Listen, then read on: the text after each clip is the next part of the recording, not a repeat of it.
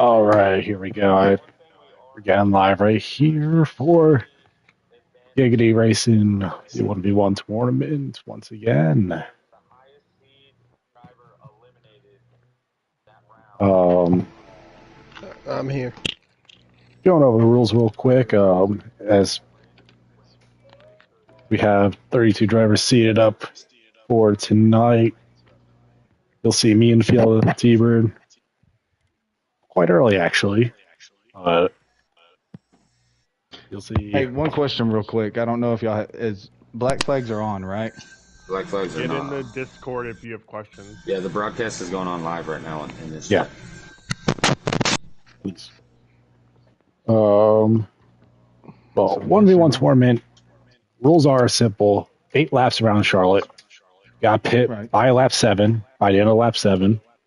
No black flag, so you just go down all-star qualifying style from about half a decade or so ago. And otherwise, it's just 1v1. Get to the line first. You could do no hold bar, basically. So it's about to be a cage match of NASCAR. Do you have to do a 4-tire pit stop?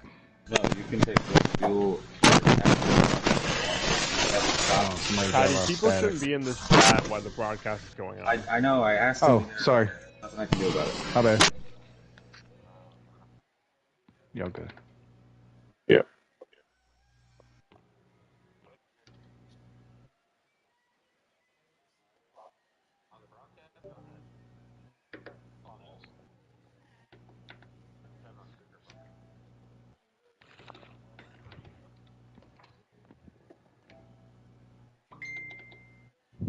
All right, we got a couple people in here as we get going. We're about to drop the green flag momentarily. Got 2 minutes.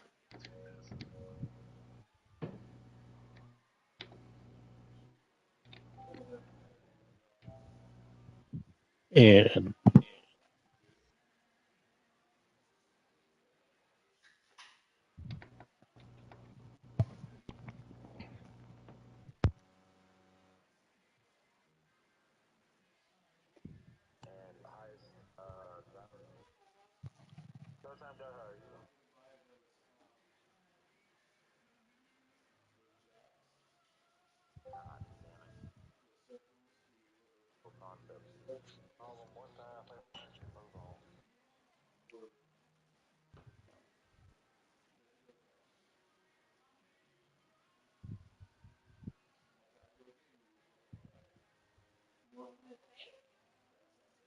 yeah.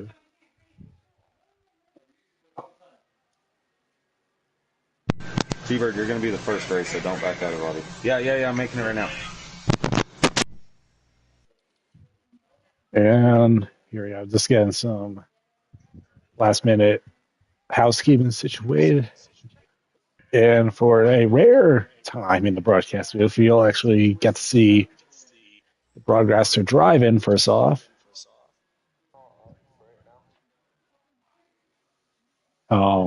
Got you'll have yours truly, Mr. T-Bird, round 1, trying to pull off what would be one of the biggest upsets on the night, facing off against Showtime Daha.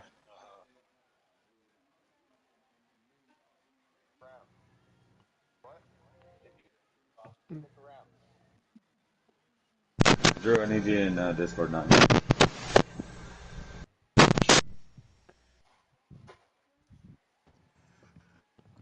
Damn, he ain't here.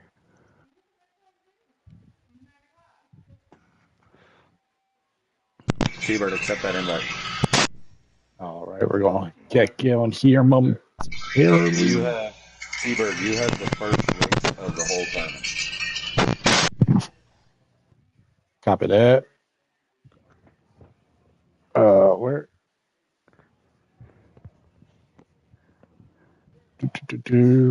Where is the invite?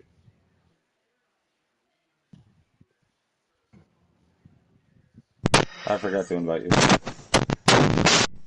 All right, off to a great start. We're off to a great start. Here we go. We got job to do. We got round 1, match 1, and It's the 2 MBM cars. This is a little perfect. Jack, if you want to do like stream it here, so you can get in there and be like the announcer over it while T-Bird does Yeah, that. I can do that. I'll tell you when to join, or T-Bird, you tell him when to join. I'm gonna back out of this lobby right now. Set up the next one. Yep. So how's it feel going first, T-Bird, defending your championship one bracket from last season?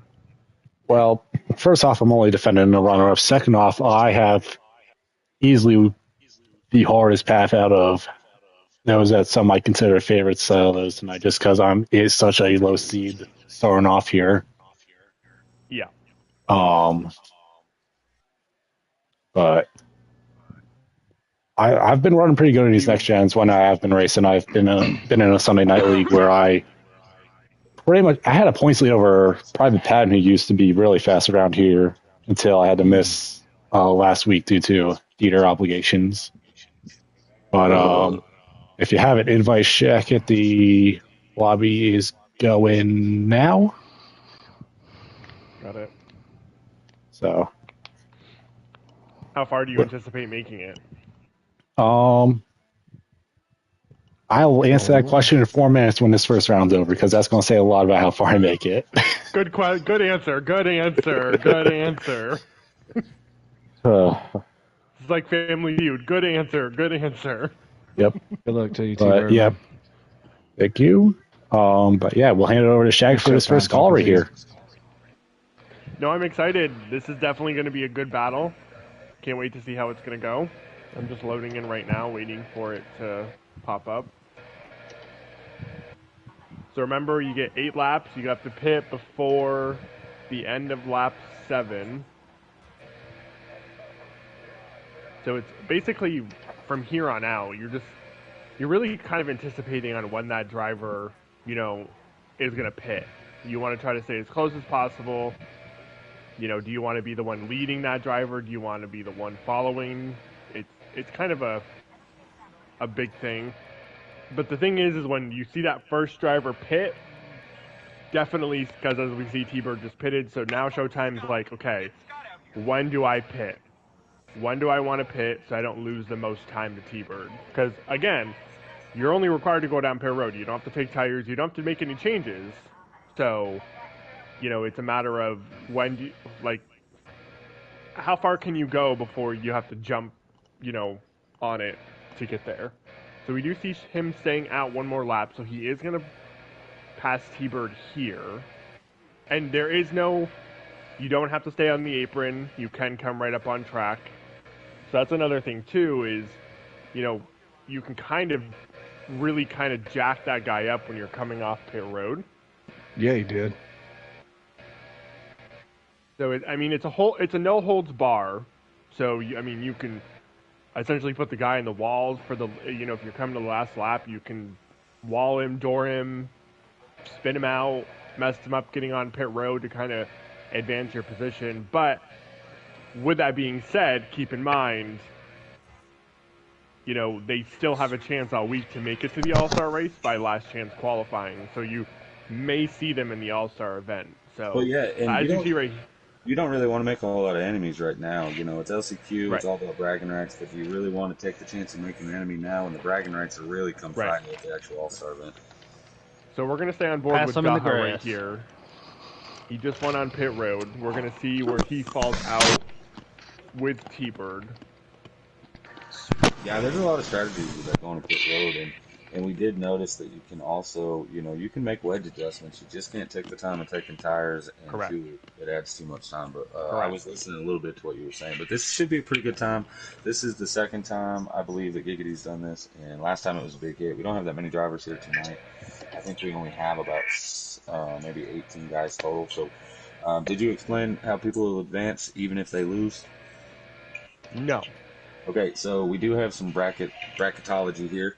And so some of the drivers, if there's 2 drivers that are supposed to participate and neither one show up, they'll both be eliminated, and the highest seeded driver remaining will take that spot. So they will stay in the tournament.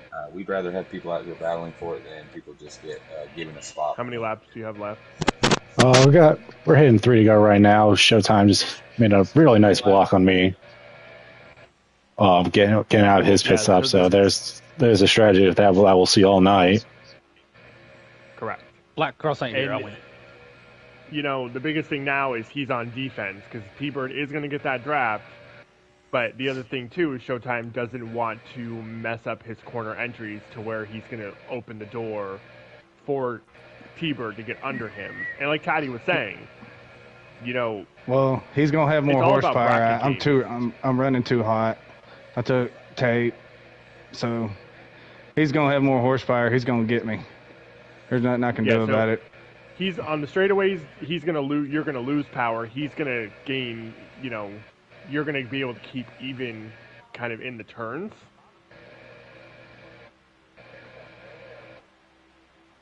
So the biggest thing right here is in order for Showtime to have a chance still, side draft is going to come huge into play and run.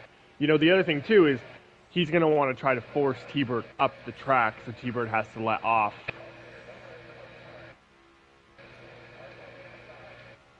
Yeah, so if I was in Daha's position right now here, I'd side draft and try to move T-Bird up the track in the turn. Oh, fuck. I hit the goddamn apron. That is legal. This is all legal, Yeah, everybody. but I don't like winning them like that. That's a shit way. Good run there. Good run. Man, I didn't like that, bro. I didn't like that.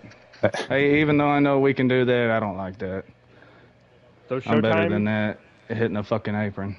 Hey. We'll be advancing in this round. You're in the broadcast chat right now, cussing. Please stop. Sorry. I asked you to mute that chat. Yeah, my bad. Sorry. So right here, as we know the brackets, T-Bird, quote unquote, right now is eliminated. Showtime will move on to the next bracket, but T-Bird will stick around because if a driver misses their race.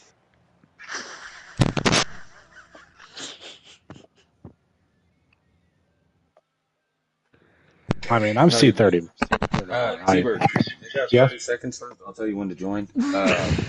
Jacket, you're going to be the next race I set up. You were broadcasting that one, so I didn't want to invite you that time. You're good. But who's streaming? Taddy, are you streaming? I am T-Bird. Okay. Hey, remember Cactus Boy's streaming. Watch your freaking mouths. You're also in the broadcast chat. So? We asked everyone to be on Discord and not be in this chat because of the fact that we're broadcasting decided to stay here. T-Bird, go ahead. All right. But I'll try not to cuss. We're going to go with our next matchup of the round here. We got the always fast, always incredible Sharp against Sticky in what will be a fun round one battle. Used to Sticky icky.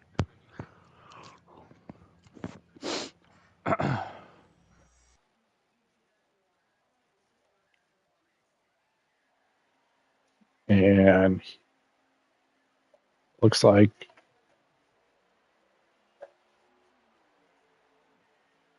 Sticky gets some launch. Looks like Sharp elected to have the pit stall over the star position, so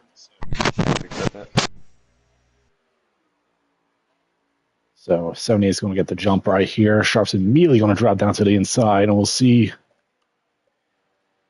Up, Sharp's going to run the 78 up a bit, make sure he gets clear in 3 and 4. They're both going to stay out on track for a little bit here.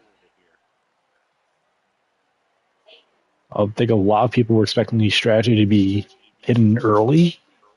That was certainly my expected strategy and the one I ran in the first race, but we got both of them staying out here, and Sticky's staying with him, sticking with Sharp here. Sharp, a bit wider on entry, but he's able to get down lower, and he just pulls that gap in the middle of the corner.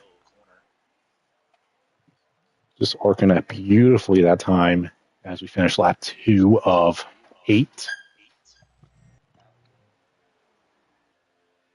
Sharp. And then you see Pennington, that blue line. Very hard to do. Pat, are you gonna pause it? It is not.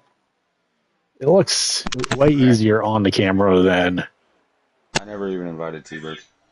I'll just set up another one. Sorry about that.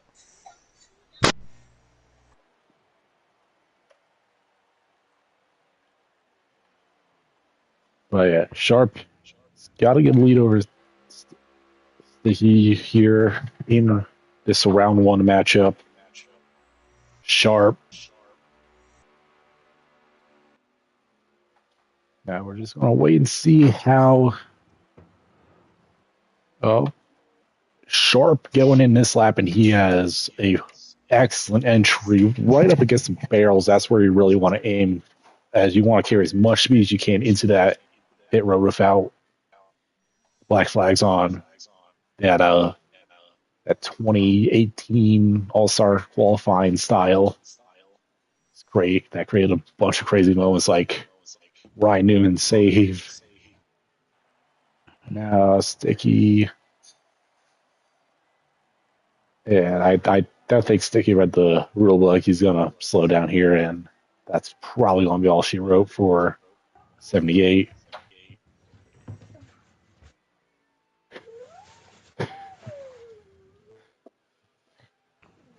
Yeah, clarification on the rule. And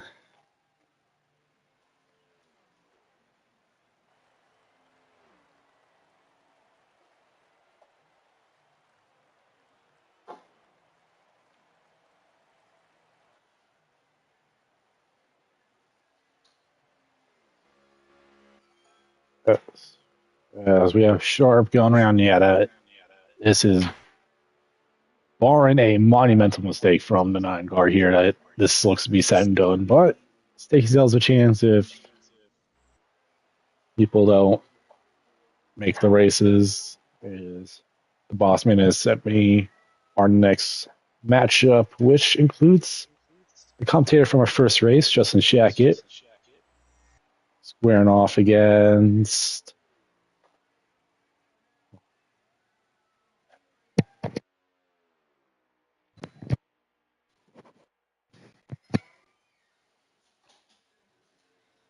Let me know when that race ends. I can't watch the stream while 10-4.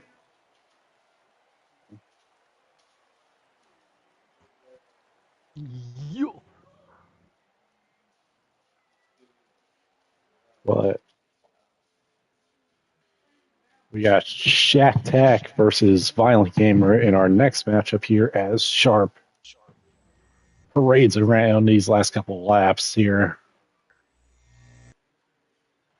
First real blowout of the tournament. Don't think we'll see too many of them. Charlotte lends itself to being pretty competitive.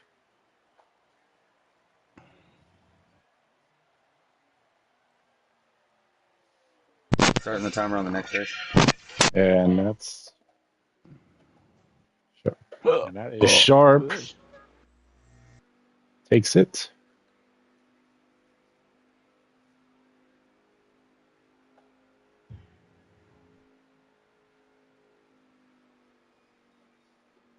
Boss man, am I ready for our next matchup here? 20 seconds. Shackett's in this race. Shackett, I'm going to back out. Just tell T-Bird when he can join. MJ. Shackett, you got a copy? You might be looking at the wrong page. Look down at the bottom. Yeah.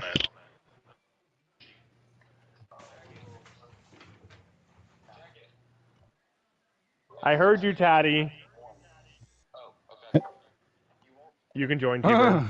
All right, cool. So, got our next matchup: 4 seed Justin Shackett versus Violent Gamer.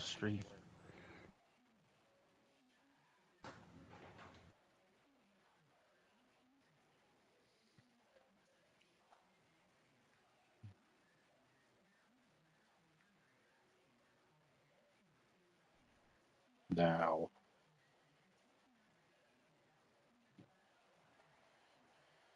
I guess now I can flip it around on you, Shaq. What are your expectations for this tournament? I'm hoping to make it at least a couple rounds in. I mean, last year I think I got to the second to last round and got eliminated. So I have a strategy. I'm hoping my strategy plays out. We're about to find out. Yep. That we are. Here we go. Shacking on the inside of 48, the 45 Island Gamer, the underdog in this one. And Shaq's able to clear before we even get to the turn. So, beautiful job there. And we'll see how the strategy lends itself. 45, stay in the draft. Just going to like to stay behind. He's going to take it a bit easier here early on. And, oh, there we go. Shaq at first lap. Ducks it down. Seeing pretty wide on entry. So, good on that front. We'll see how the 45 approaches this now.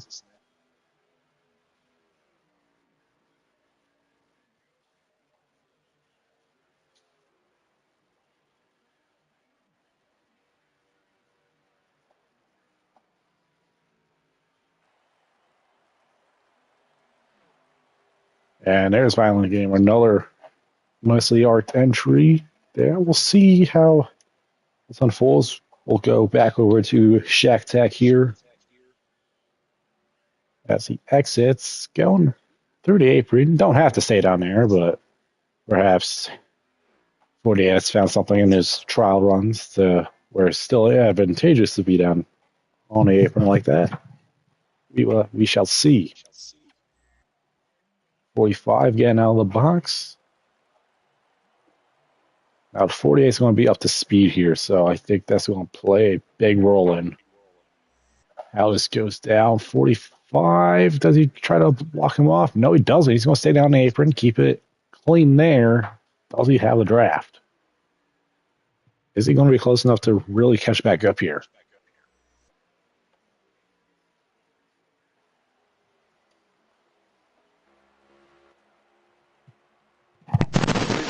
Have you seen the excitement that you were expecting to see here tonight? First race was more action than I bargained for as a driver, but I mean, it's sort of settled down here in the early going. We got Shaq got a decent Gats and Violence game right now in our third matchup of the round. I really think the later we get into these matchups, not maybe necessarily this round, but the later we go in the rounds, the more closer talent level we'll have on the track together at one time. And I really think it's going to be some good battling, and we'll see some hard contact racing. I know a few people that have practiced, just in case there's a little contact to make.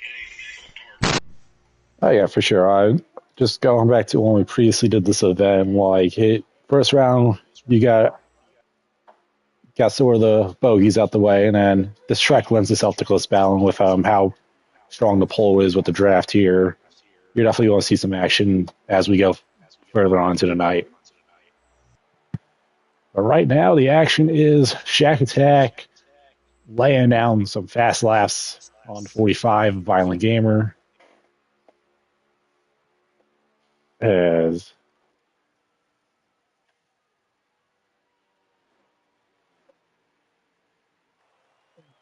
yeah, so the interesting part is, like I said, so if two drivers don't show up, the highest remaining seed gets eliminated. As long as the left side of our bracket, the higher seeds keep winning.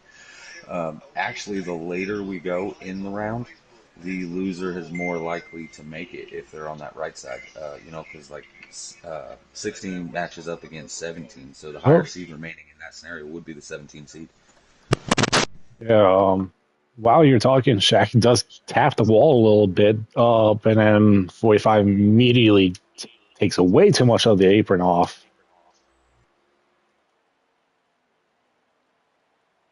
Shaq Tech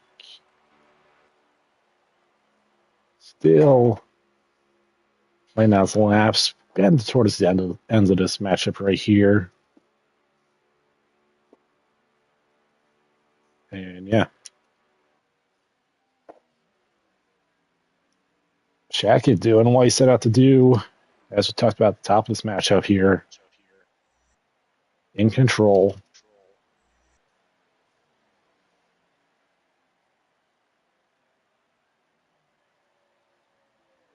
All right, who do we have winning that?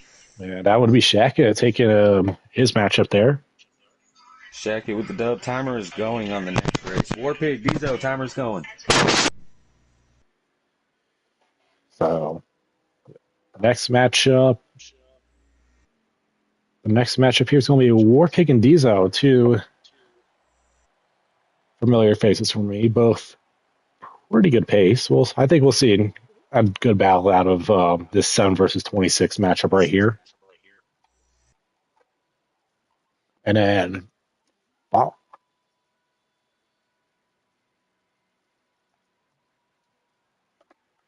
Yeah, so when we get the good to go on that one. They got 8 seconds.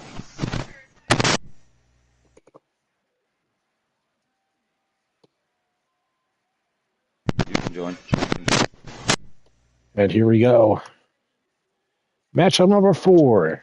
Warpig, Dizo, both in the old Stuart Haas cars. Discord. And then I believe the next matchup after this one is going to be the Boss Man in action against Sinister.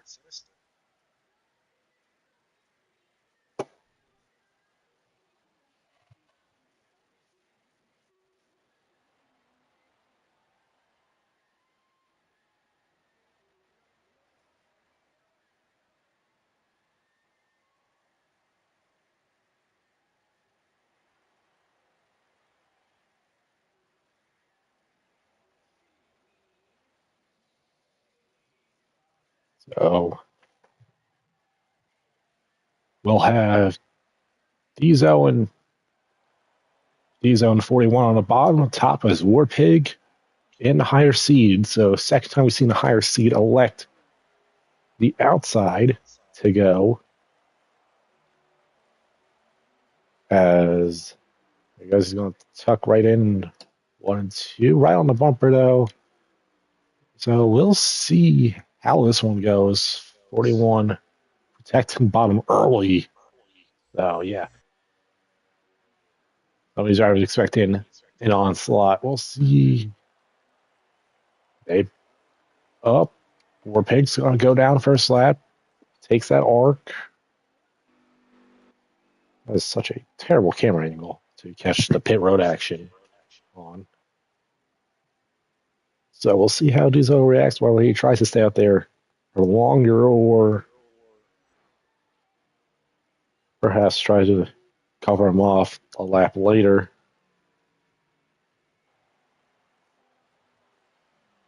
He's going to stay out right now. And there's Warpig coming out. He comes straight out on the track. And this is a similar play to what I was trying to pull off here before. If the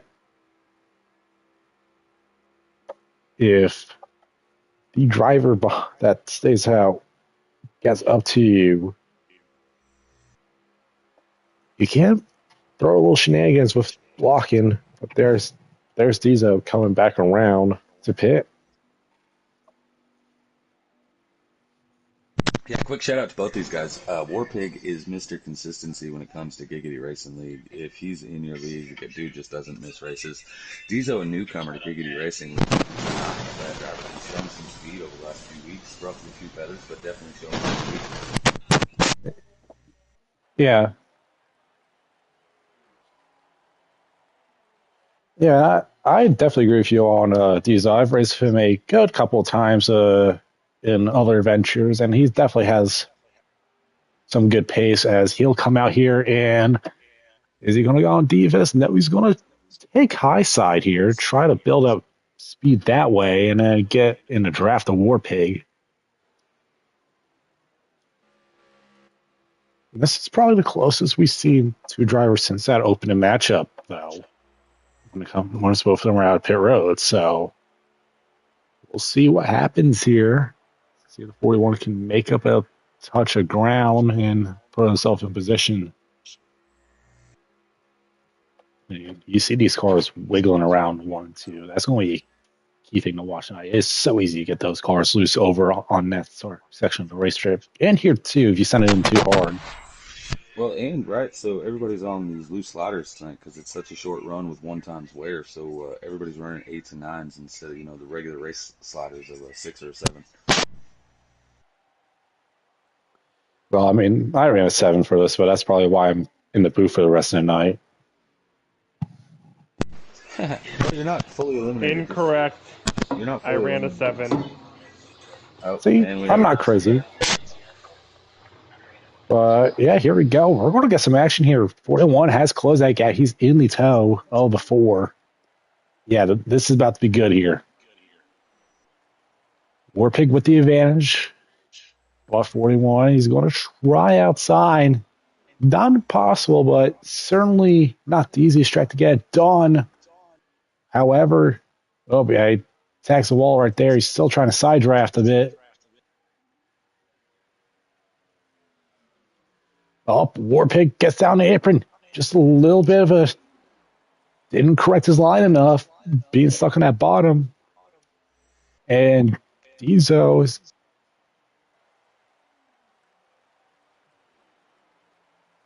and 41's able to capitalize off a big mistake from our 7 seed here. Now,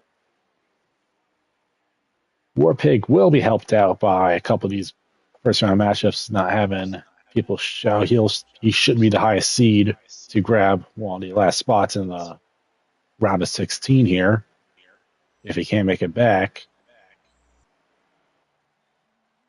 But yeah.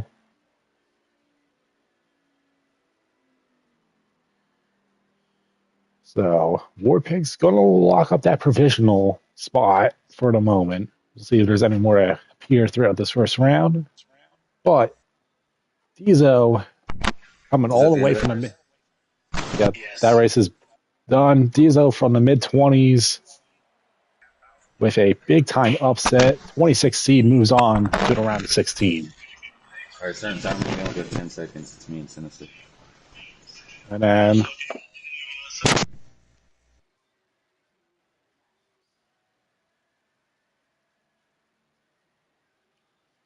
T-Bird, you can join. all right, here we go. Next up, 8 seed Bossman Aquatati versus Sinister. And we've advertised a cage fight so far. It's been fairly clean up to this point. That changes with this matchup right here. We got two guys that are not afraid of being banged for a spot in the next round. If you want to catch, this is going to be the matchup for you right here.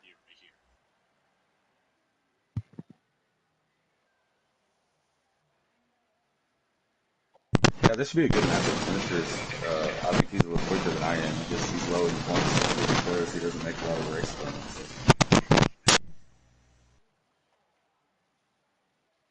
Yeah, so good pace, a lot of intensity between the two. This is going to be what this is about. We're about to see what this tournament is all about right here. Aquatati in the 20 All-Star in the bottom Sinister, taking the 5 car on that outside. And Hattie with the nice jump. Now, interesting to see strategy here. Historically, run in practice with these guys. These guys have both been going early on strategy. We'll see if they try to mirror each other here. Sinister going to the bottom already. Does he have the 20 cleared? Yes, he does. So right off the rip, Sinister pulling something. And Teddy pulls down into the pit lane. So we'll see how long Sinister wants to be out there. If he covers off this lap, the big thing is that he won't get held up by the 20. 20 can still easily be held up by him. So that is this strategy of covering off, though, how it works out. And yeah, that's exactly what Sanderson's going to do here.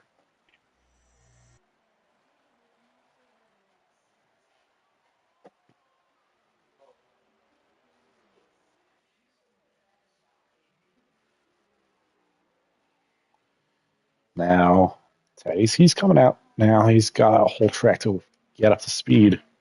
How does he get around the 5? Because he's going to come out. He's going to come straight up on the track. And he's going to try to block. He's going to try to hold him as much as he can so he still has a chance in this matchup. Although he gets out really far ahead. We'll see how Taddy can catch up here. they both might be up to speed by the time 20 catches up to him here. Here, as we go, lap 3 and lap 4, and yes, it's going to hold the lead. Taddy's going to be there. And right off the rip, this is going to be one of the closest matchups of this round.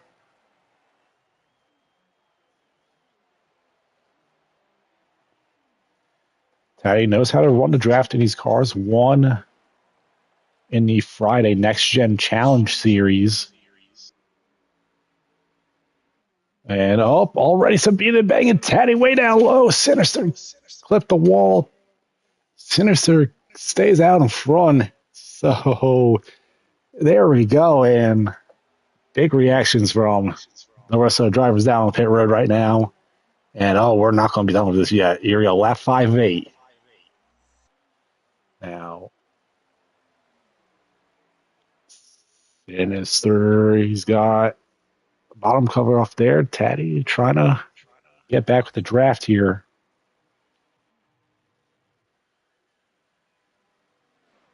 And one, he's going to peek down low off Taddy here. Oh, that 5 covering off hard. Is it hard enough? Yes, that time it is. But, peeking nose. 20's going to shove him up the track. Here we go. And he gets back out to the lead. So there's the beat bang we've been talking about between these two. Now, Sinister, Sinister much cleaner at the time. He's going to get back to the bottom of the 20 here. They're rubbing already. We got multiple laps to go. Sinister's back down. Hold it round the outside. More beating and banging.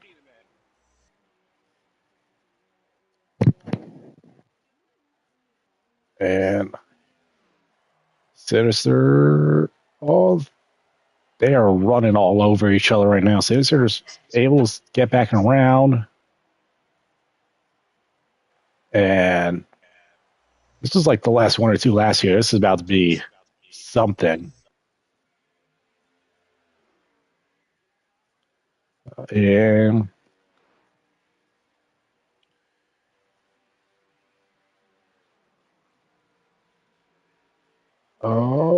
Sinister trying to cover off that bottom.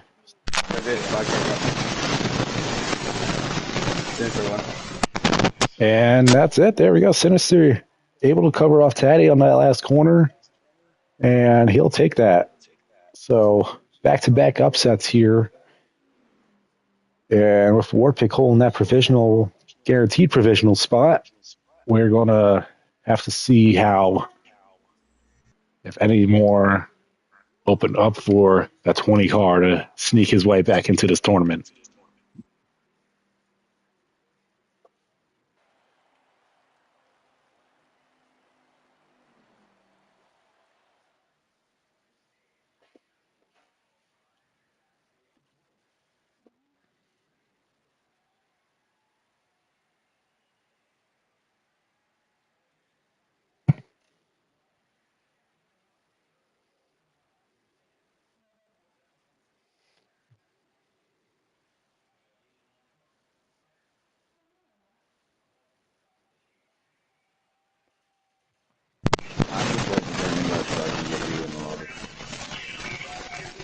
Cool. I got it.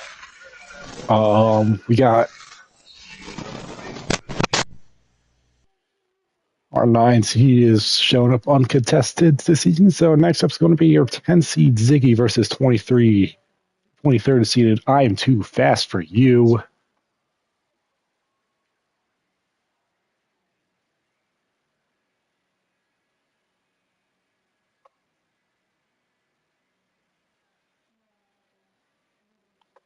You got 20 seconds on the timer, too, bud. 20 seconds here. I'm Too Fast for You versus Ziggy. Too Fast for You. Unpause the timer. Ziggy, come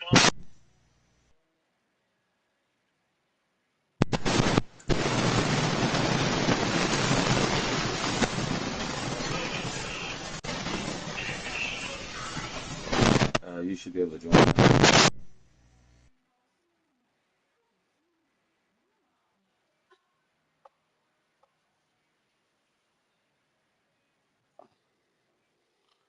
So here we go. We got Zigging Not Too Fast for You. The former, someone I'm familiar with. It's got good pace to him. We'll see how the underdog fares in this matchup in I'm Too Fast for You.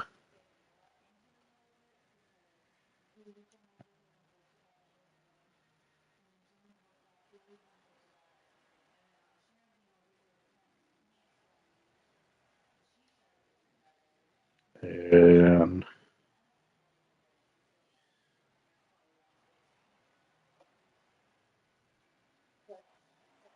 here we go. And once again, IRC choosing the outside. So for that better pit box here.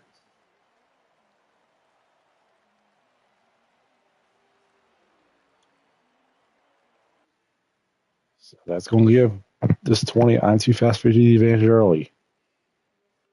And immediately you covering way off the bottom. Was he trying to pin Z up top? Oh. And Ziggy is on pit road. I'm Too Fast for You stays out, but has a catastrophe, for lack of a better word, of a 3 and 4. Looked like he got the wall bit. My God, Dave was way high on the exit of 1 2 there. And oh,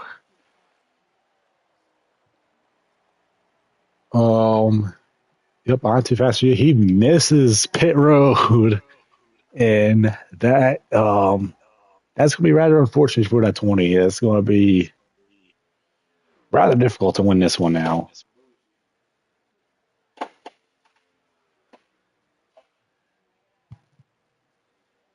So, yeah, that's where biting off a little bit more than you can chew comes into factor here with the All Star style qualifying pit entry. You can go run a bit too wide if you're not careful, as we've just seen. I'm sending you a box right now.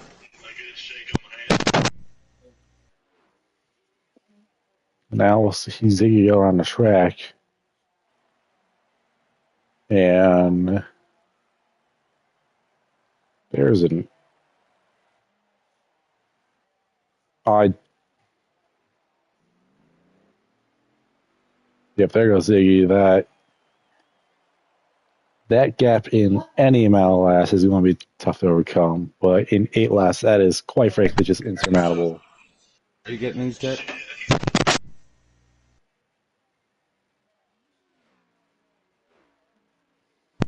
T-Bird, when this race ends, I'm going to have you join the lobby and see if you can invite Jack. I don't know why he's not getting invited. Oh, that's Toddy, invite me. I'll do it. Okay. Here we go, Ziggy once again.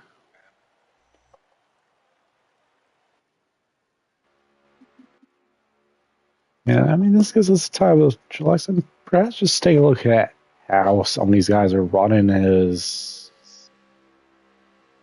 getting right down to that apron. Next about mid corner, that's about right if you really want a good run off the bottom there.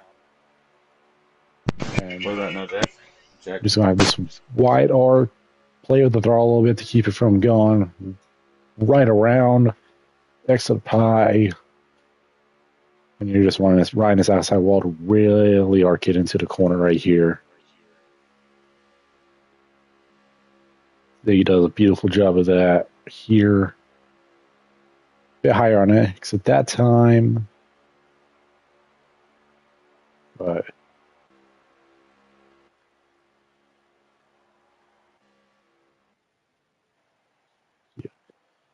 yeah, at this point, gap's got to be around 10 seconds between the two. It's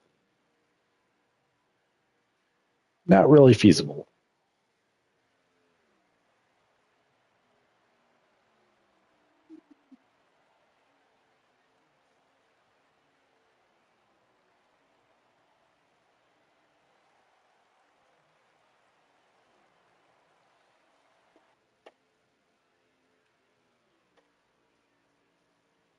Is that one? T-Bird? Sorry? Is that one?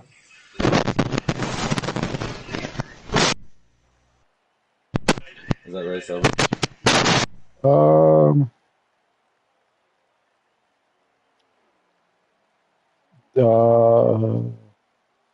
Oh yeah, now it is.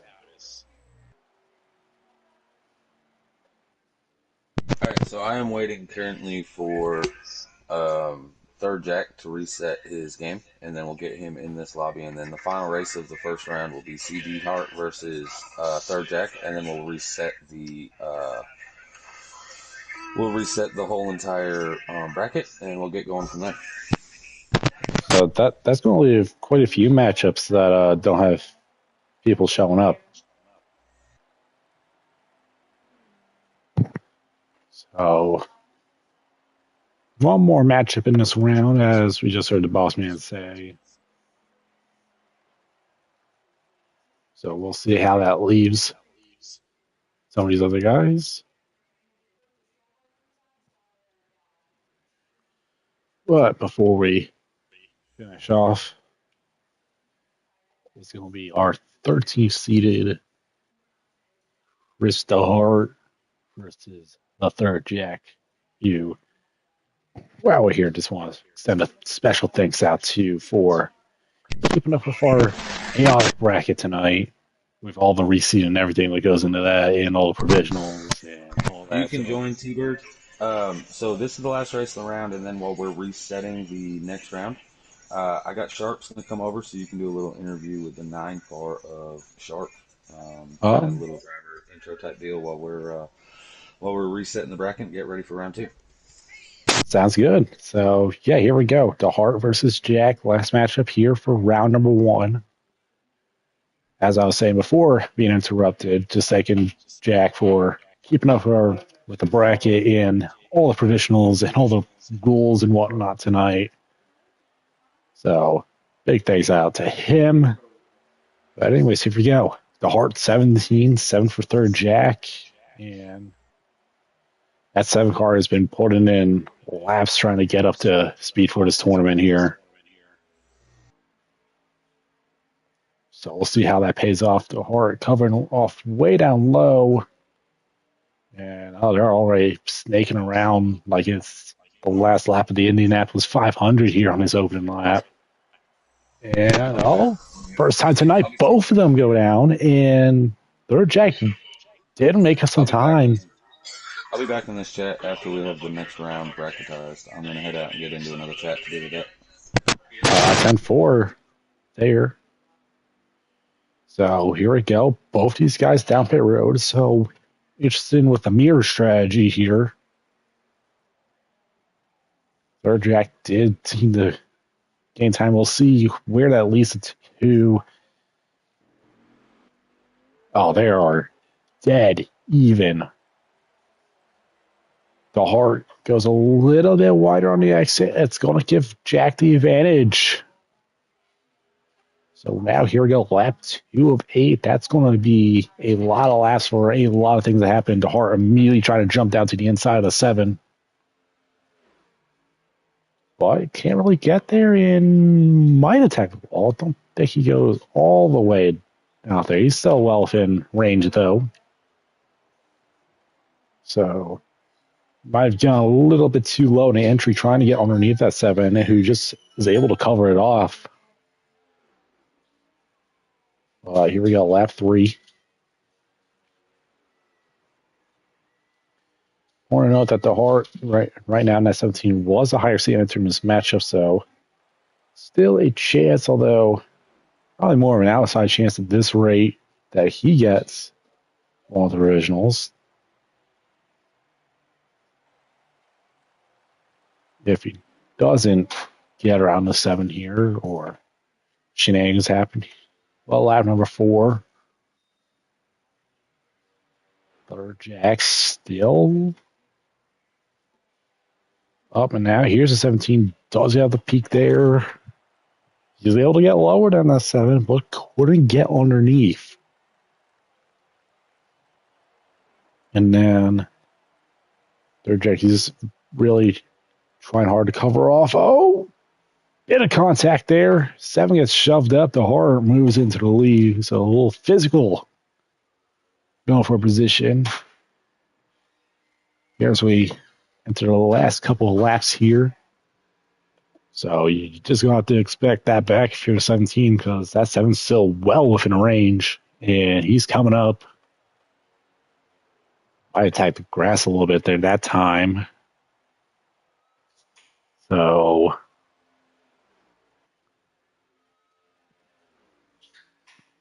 those oh, ooh, 7 must have gotten the wall real bad off the exit. He shoots all the way down to that bottom line on the back straightaway.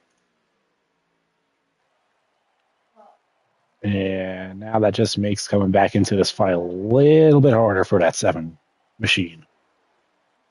Just a little bit. So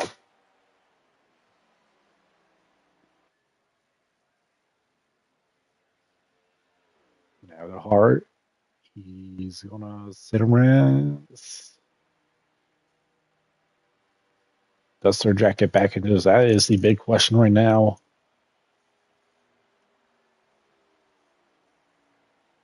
That 7 car is just running higher in both these corners, really. The horse just able to get that much lower up. Third Jack, he definitely got loose in 1 and 2 that time. I was talking about that while he on board Ziggy earlier in the round. But 1 and 2 deceivingly hard to hold that car on the bottom. I think Third Jack just figured that one out.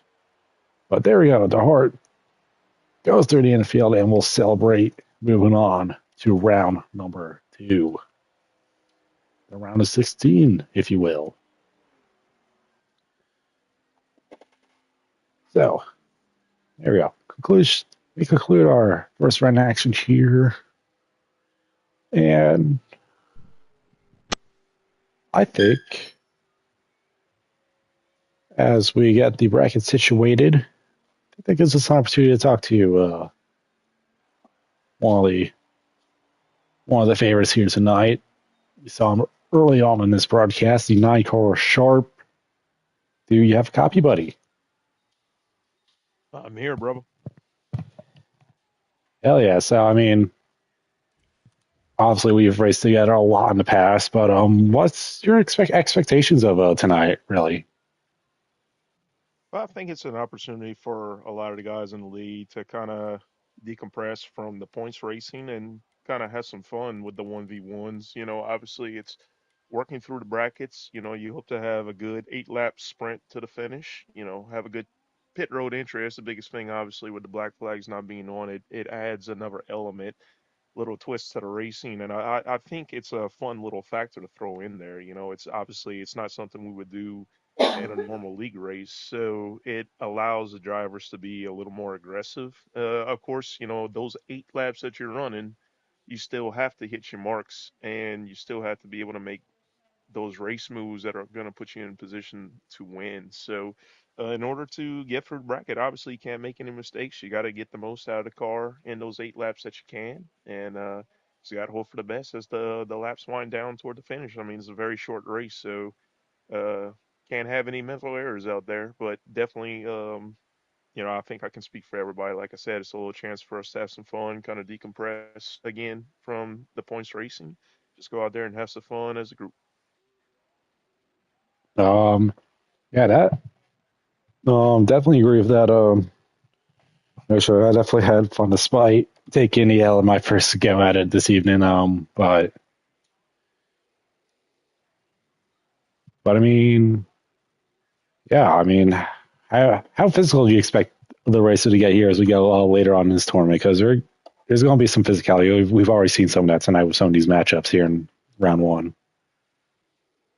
Oh yeah, absolutely. I mean, kind of it throws the rule book out the window. I mean, you're kind of permitted to do just about whatever you need to do in order to get the race win. And I'm not going to sit here and say that I'm necessarily going to go that route myself. I still want to try to have a clean race to the checkers there. I've never been one to attempt to make contact with somebody for a spot even if they may have wronged me on the racetrack. I know obviously this is kind of no bars hold on the racing, so obviously there's going to be some contact at times. There's going to be people trying to get any kind of edge they can, a gap, make some time on you.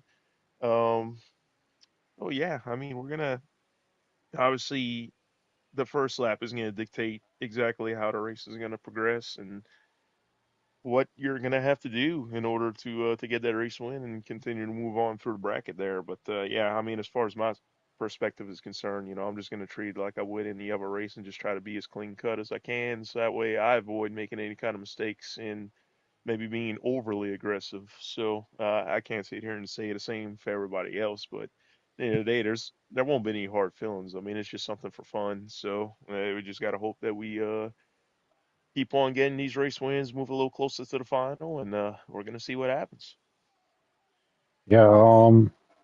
One thing I did pick up in that first run I thought was interesting. I don't know if this was intentional or not. Is there any sort of strategy with starting on that outside lane? Because I think you and a couple other higher seeds end up starting out there. I don't know if that was strategy or if that was just order of how y'all got in the lobby.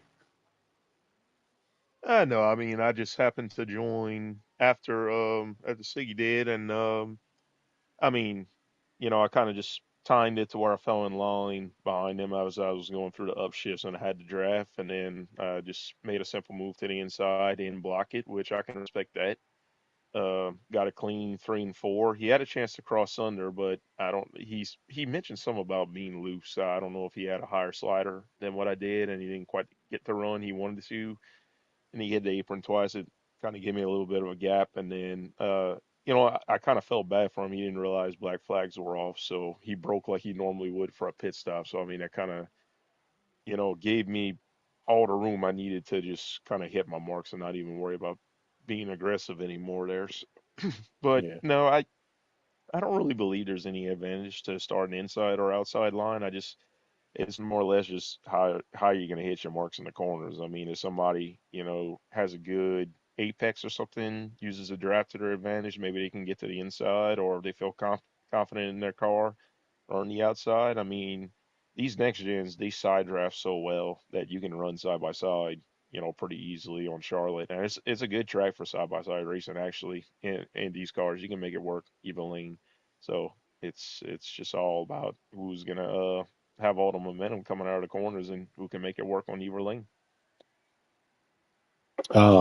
Yeah, and one last question before we get back going, as the boys are fixing one last issue of the bracket here.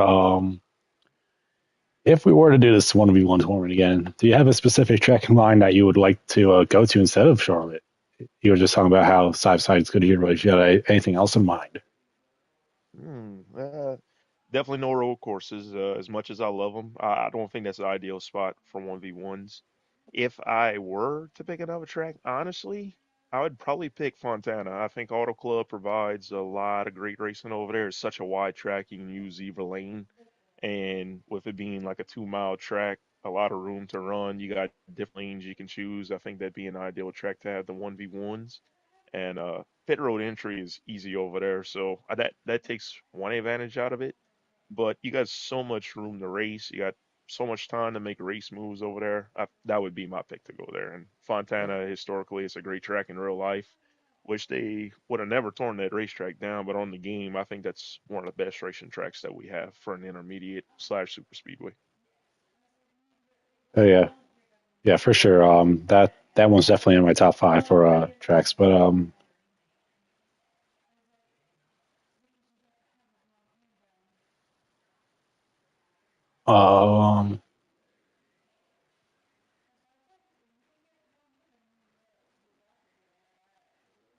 I just go ahead and say this before we do move on to the next round. I want to say thanks to Daddy for getting this organized for all of us. This isn't normally on the schedule, but it is definitely some fun for us to do, kind of on an off week to celebrate the All Star festivities. And everybody who took the time out of their night to come and race. And thank you, T Bird, for putting the broadcast together for us. It's always well, appreciated. So looking well, forward to the rest of the night. yeah, yeah. I mean, thank you. I mean, obviously, I've talked to someone who's definitely been around to put broadcast together himself. I know you like to handle the mic sometimes up here, but yeah, big thanks to the boss man as well. And yeah, I think we're about to get going back here. So thank you again for your comments, and we'll get going. All right. Appreciate you having me on, guys.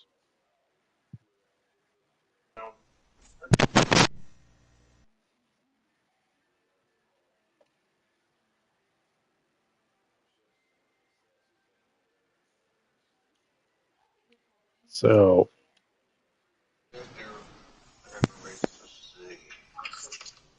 All right, we got Blakey T versus Diesel. ooh. All right. I'm hopping back in the Discord. Thank you all again, guys.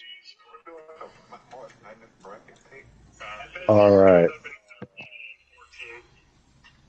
I gotta get Diesel in here. That's who I'm waiting on. So about to get back going. We'll see our points. Our points leader, Blakey T, the defending champion of the 1v1 tournament, in action here to begin the round of 16.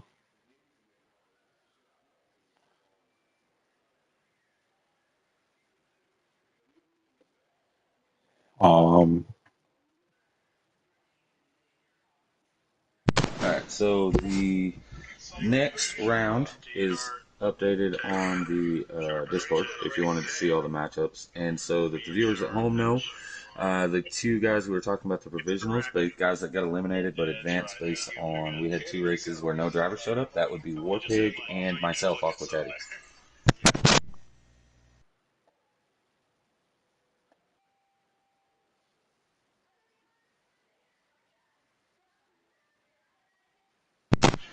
And T-Bird, you can. so here we go. Round 3 about to get going. He's going to beat Diesel in that 41 that he took a massive upset in round 1. He's going up against the 38 of Blakey T.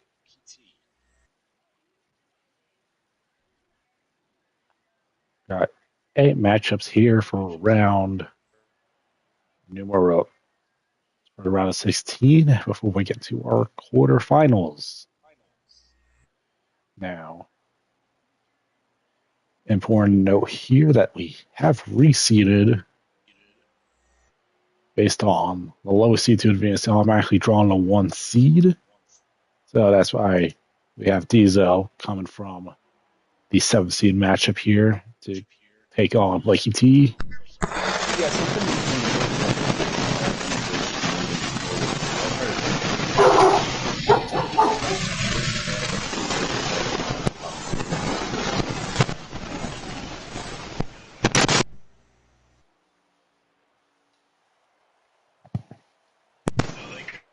Is my mic better now? Yes. Okay, so the big important thing here is, so with this race, this round, it's top 16 drivers are all that are left. So as people get eliminated, that will also dictate where they're going to start come Friday. So whoever loses this race happening right now between Blakey T and Diesel will start 16th on Friday night, and obviously work our way to it to where the final race will be the front row, and whoever wins that race will start on the pole. Yeah, and we want to see right off the rip here, Diesel wasn't keeping the exact pace with 38 Blakey T right there. So he's going to take that first piss. I will see what 38 does here. And yep, he's going to try to cover. He's going to cover it off right here. So Blakey trying to take away the one last big chance Diesel has. Getting down the pit lane.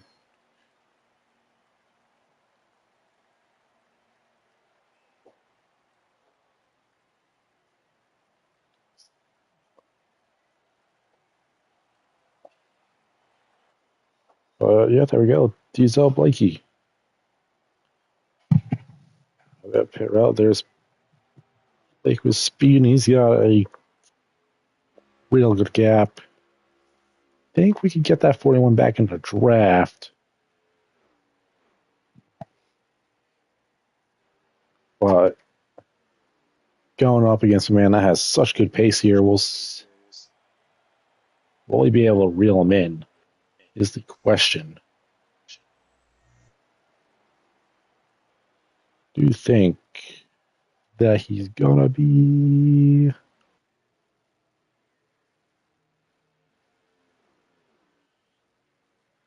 He's around the edge of distance. I think. See, Blakey peeking down on line. I do think that Snaken might have some benefit for 38 here if he wants to go and try it.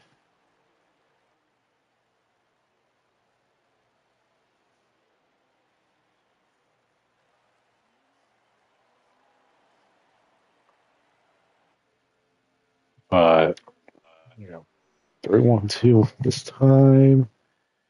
And, oh yeah, Blakey definitely this time around trying to break that draft on the 41, try to minimize the amount of time that 41 has to run him back down. Hard to do if they're this trial right here. As we come down here, last couple of laps. Up.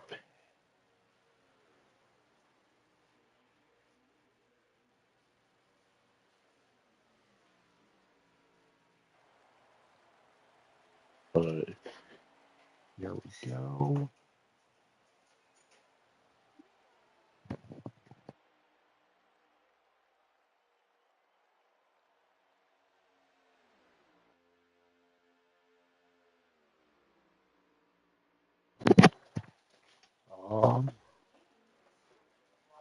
Jesus close. Blakey way down there. Does the 41 have a chance to send it? Not quite.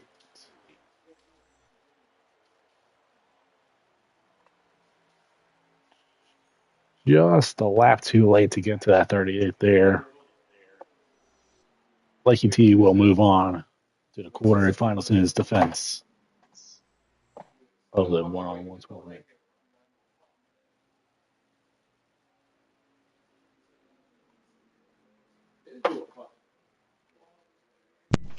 T-Bird, you already have an invite, right? Do I need an invite? I just sent you. All right. No.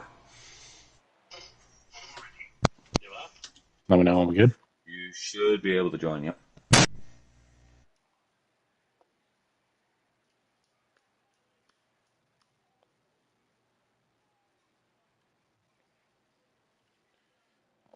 And now, first time we've seen two people return from round one.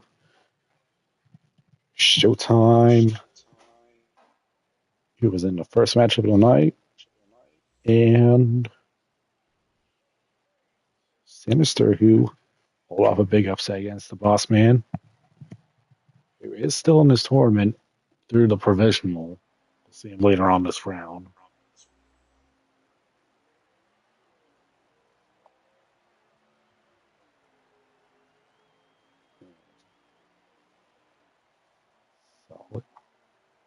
Solid jump from the 5.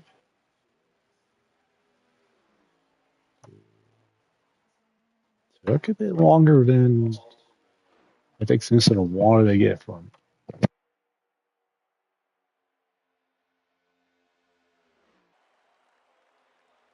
There we go. Showtime down early. First lap.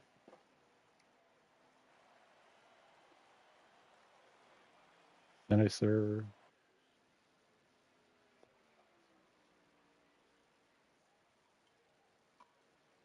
Data in lap 2.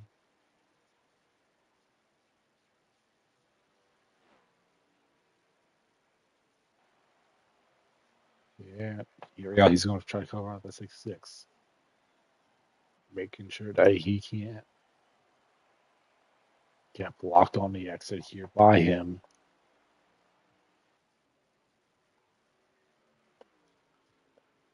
If that comes to fruition, but this.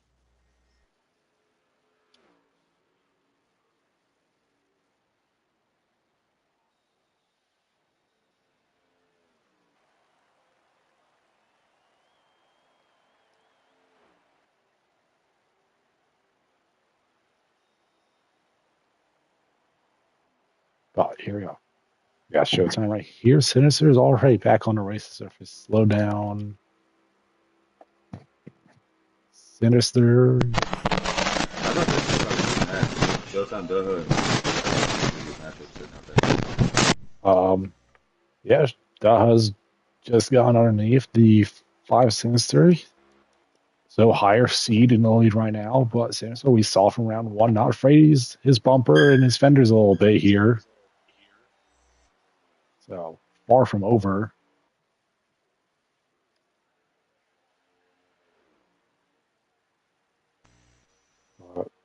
And looks like Sinister's going to be given the outside here. Now, this is what we saw Showtime did do in the opening matchup of the evening. Get the man behind the outside and try to play defense on the bottom.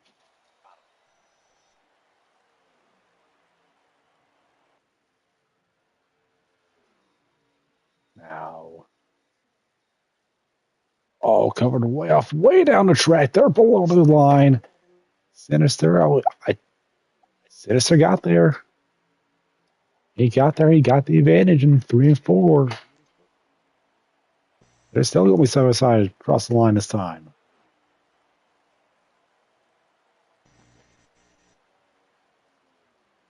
Oh.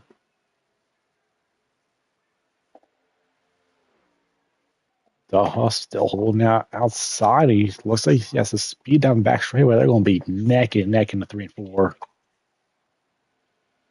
Oh, 5 leaning a little bit. Oh, still leading. They're rubbing. Oh. Man. Sinister, he's still holding that bottom on. Showtime. Uh-huh. Oh, but that was a beautiful run off the exit. These two have been side by side for laps.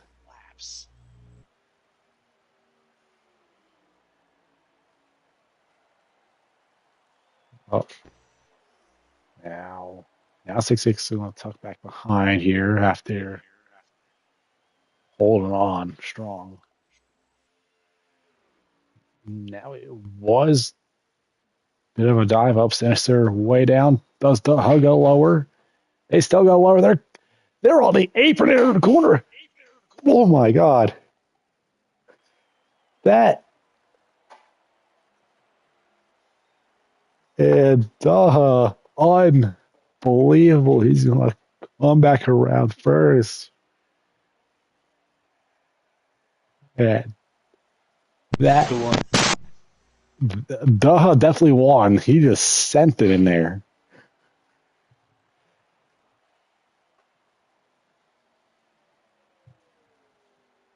Oh my, Sinister just went all the way down to the bottom of that apron, and that's what happens. Neither of those two are going to give it up, and Daho's going to get the better of it that time.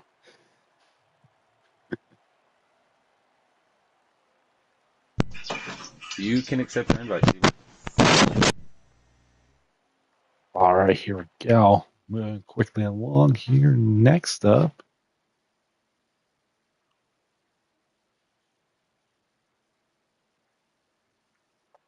we have Shack Attack versus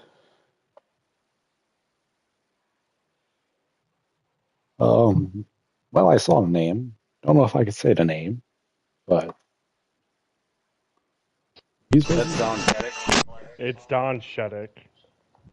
Don Shack. There we go. We got a name to use. Because yeah, Shaq going for a spot in the quarters against Don Shaq, or otherwise known as Ilalada. I nearly got tricked.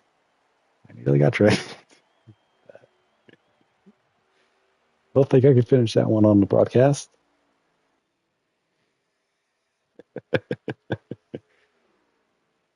Oh, but yeah, here we go. Shaq at early advantage against Sheddick. That won't get confusing at all either. No, I'm just calling the 2 car Dawn. You've been dawned. And Dawn has gone down pit road on the open lap.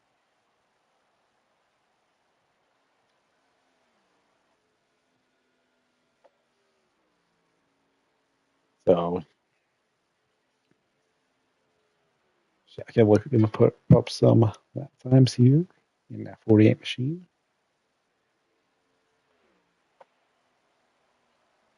And there you go. So to cover off that opening lap pit stop, as we've seen a good number of times now.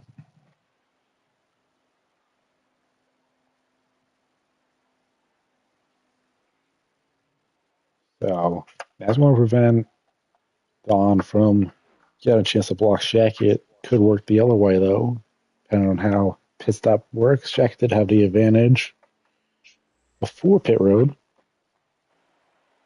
And now coming out, they should be fairly close here.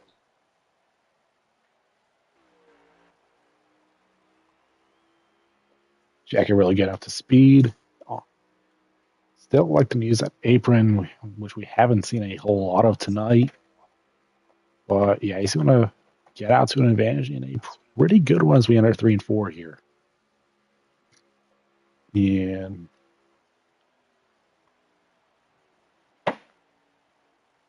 yeah, so we finish out lap number 3 into lap 4. I think that gap is just a hair much for that 2 car. They're really got any type of a draft. So I think at this point, it's just a matter of hoping Jack either pushes a bit too hard, makes a mistake, or doesn't push enough, and you get back into the draft. But tough matchup going up against a 4 seed here.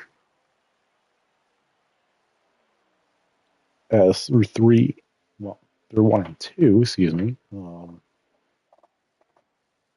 Jack Attack working through the corners. Able to get real low that time through 3 and 4. Probably the lowest we see tonight without the car shooting back up the track. Like on board with Justin right here. Really hugging that bomb. He doesn't come out as high as we've seen some of these people exit 1 and 2 either. That's something interesting to note later on as we go later on this evening. But really, it will bring it right up against the wall out of 3 and 4. Or through the tri-oval. And yeah, I think that gap has only grown in between Shahid and Don. So don't think a whole lot that 2 car can do it at this point. So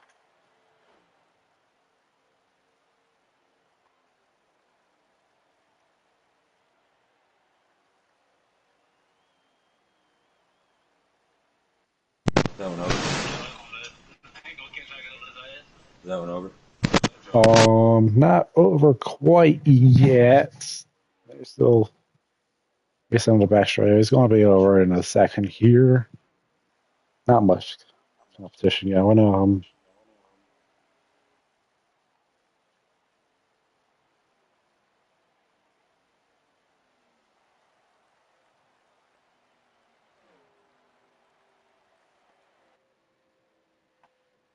It looks like it is now over. Sheku will move on.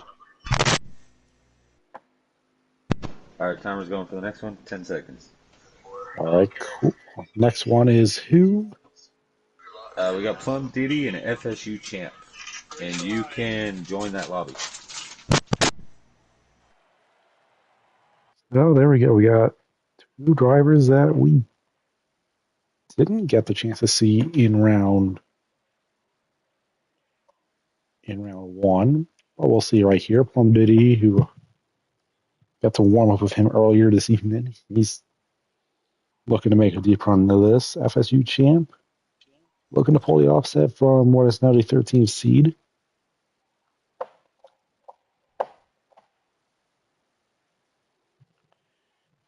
And then after this one, we'll have Sharp and Coyote next matchup.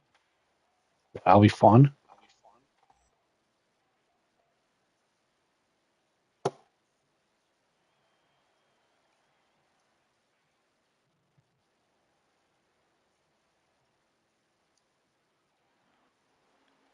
All right.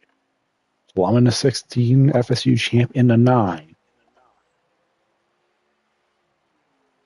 And Plum Diddy, he's just one thing I do know about Plum Diddy that he has over a lot of the field is he does have the external shifter on his setup, which I know for personal experience. Wasn't having ran it tonight. It's been on the fritz for a while, but that is very good to get off the speed on the start and out of pit road. As we'll see, Plum go down. FSU champs going to stay out. So we'll see what happens here with 9, where he goes down. Logic says he would try to go down this next lap here. We'll see how he decides on this.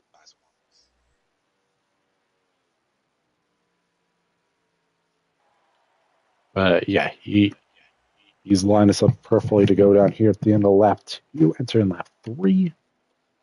So FSU champs, he's going to be the one to have a chance to run, try to cut off Fluidity, but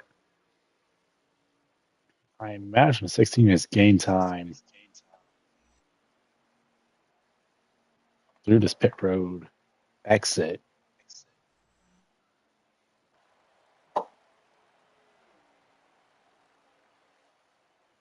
Yeah, here we go. Nycar exiting.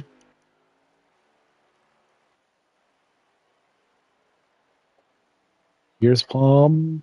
Up, champs. FSU champs up on track. Going down to the apron. Hitting him on the apron. Ooh. There's a move. Incredible save for Plum Diddy. That is not easy to keep that car going straight on the apron like that. But that was a move from FSU champ. But now Plum Diddy, he did not lose complete control of the car. He's so well in this, and you gotta expect something big in retaliation after that. If you're in that 9 car, because Plum's got the draft, and he's gonna have some speed here.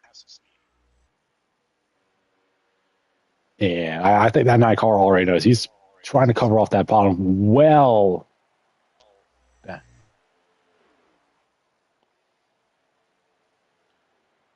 But FSU GM, all right, they're bumper to bumper right there. Oh, able to block off on that apron once again. Doesn't go all the way down as we did the first time. They're able to keep it off, but yeah, still a little bit of a gap formed back again. But it's clear Plum has the pace to get around this 9 car. It's just a matter of getting around because we got some prime defense going up. He tries back to the well again. He's been trying it underneath, and we've seen that 9 car. He's not afraid to get someone right around that spot of the track. Oh, boy, he's got a little bit of pace and a little bit of bumping along the wall. They're still going at it. Oh, they're well in the grass that time. A little bit of passing the grass action. Oh, Plum, he's drafting. He's going to try to get underneath here. We got the wide angle into the apron. 9 on the wall. 16 pins up right up back against it. Plum Diddy in the lead. Plum Diddy. It looks like. Is that it? They got They're still going. They're still going. We're on last lap here. Plumdiddy, big move here on lap 7 of 8, and he's just gapped it a bit too much with that one. Plumdiddy gets. Plumdiddy, he does manage to get back and get revenge for nearly getting sent to the shadow realm, but Plumdiddy's going to hold on and move on.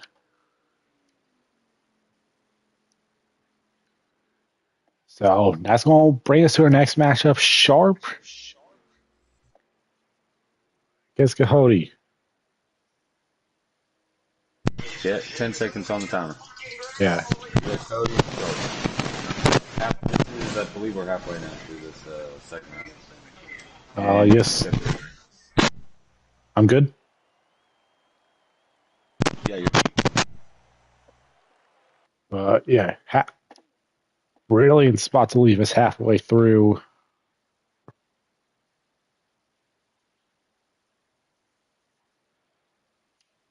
Through this first round of action, and I mean, so far, the first 4 seeds have moved on here into the quarterfinals. So we'll see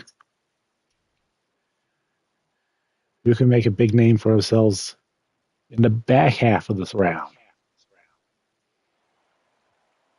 Giggity, first time we've seen him in action this evening, he's on the 44 to the outside Sharp. Who we talked to in between rounds 1 and 2 earlier. A little bit of fun at Cody driving that 44 car. He's kind of notorious. There was a guy in one of the other leagues. We've seen a guy trying to pass people in the grass while yelling at people about racing etiquette. But Cody said he'd do whatever it takes to get a win over Sharp. So don't be surprised if we see that 44 car in the grass going as fast as he can. Yeah. Well, as we see in Giggity, that a bit of an intriguing entry to the pit road that time. Haven't seen someone really answer from way down there. Sharp's going to have a chance to cover it off here on this lap. We'll see if he elects to do so.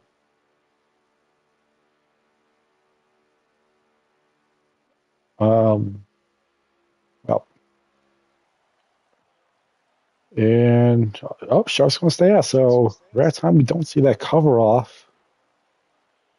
Also, something I'm surprised we haven't seen more of is drivers going at the same time. But yeah, now we're going to see Giggity. Now he's going to force Sharp way up there, nearly tagging the wall. Doesn't completely block him. We've seen that potentially implemented. The drivers, of course, they're all in Discord right now. The whole group of them kind of hearing and watching as you're going, and they were just mentioning the fact that they're not seeing drivers pit on the same lap. I don't know if it's strategy or not. Maybe pitting a little bit later, you get to come out in front of the guy already up to speed and kind of try to block them type deal. I don't know if that's the strategy going on. Well, we've seen the dominant strategy been pitting a lap later than your opponent, so you avoid getting blocked by your opponent, but still being able to block them if it comes to that. Of course, PNCR will eliminate that entirely, but yeah, I do still have the driver's chat in my ear. That's why I did mention that little tidbit, which we have seen at least one at the end of round 1. Jack and DeHard did go on the same lap, but that's the only time we've seen it, which is still rather intriguing for me. And Sharp said he made a mistake and took tires on pit road. I mean, we were just talking with Sharp about the importance of not making a mistake, and that is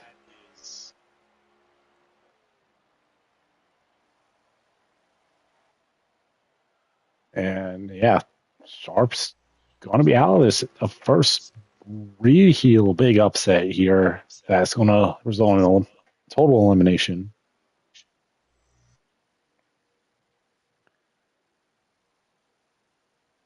And yep.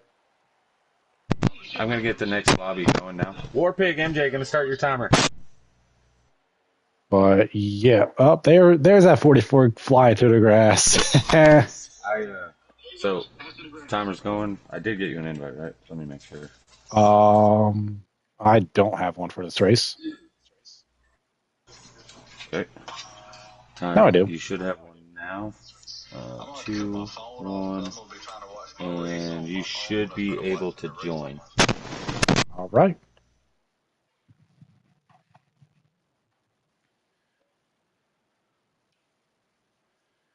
So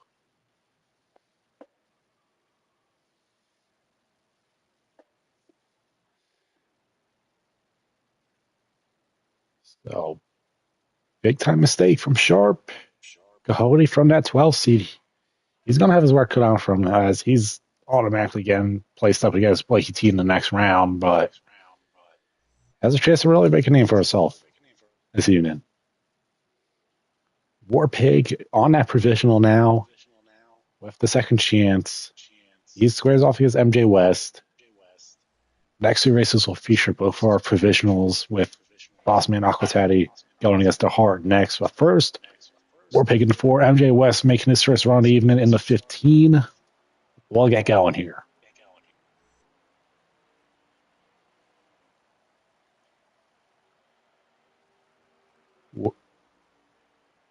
Warpig gets down to the bottom first. Gets out front here. They're both on that middle line through 1, 2. Oh, MJ already getting physical. And neither of them going down this first lap here. So this turns into game of chicken here. So there's Warpig. Now he's going to try to get back to the bottom. Well, he might tag the apron a little bit, still well within range. But I don't think he's going to be able to make a move down here in the 3 and 4. And he might have to set up something back on the other side of the racetrack. And now he's going to elect to go down pit road instead after that hiccup. So. D-Hart back, but I forgot to pause timer. So there goes MJ now. We'll see if he tries to get in his next lap where he tries to stay out and just run some laps stay in the flow of things a little bit here. He's on lap 3 currently, heading to lap 4.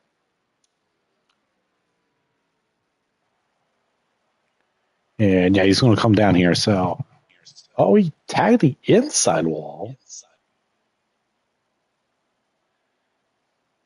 So, we'll see how that affects the 15 there.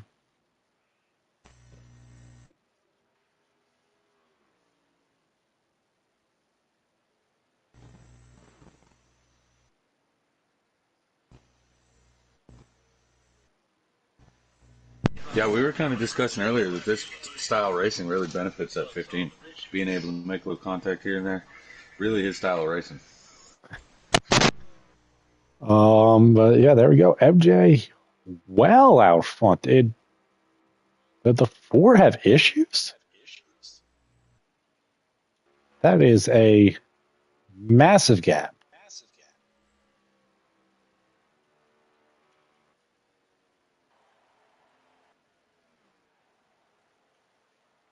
We might have back-to-back upsets here for both this round and against the 4 of Warpig. Because MJ has gone well out front.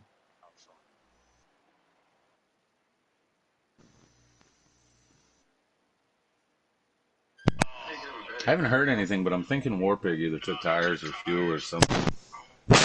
Yeah, I would have to imagine because they were right up on each other when Warpig went down the pit. So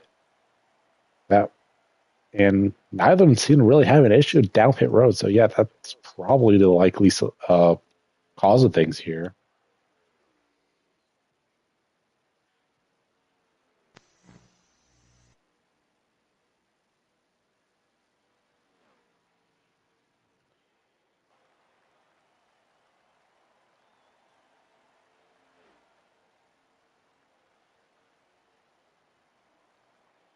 So it looks like MJ's going to just have a little bit of a parade around here now. Look at that. He makes the quarterfinals. And he was worried at the start of the day he was going to get knocked out in the first round by me. Go figure.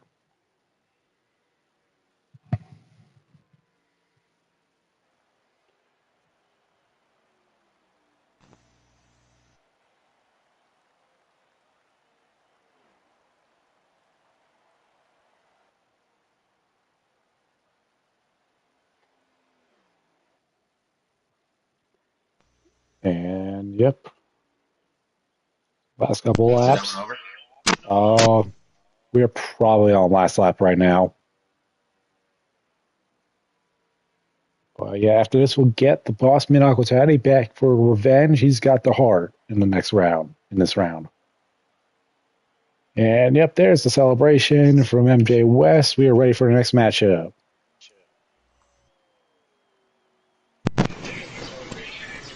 Alright, I know I sent you an invite.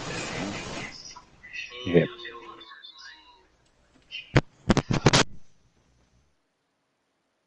You can join. So, the penultimate matchup of the round of 16. The 20 of Aquatati versus the 17 of the Heart.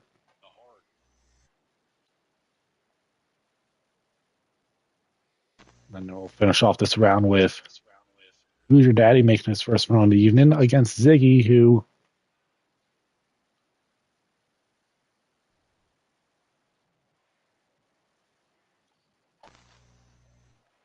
you had a good run in the opening round.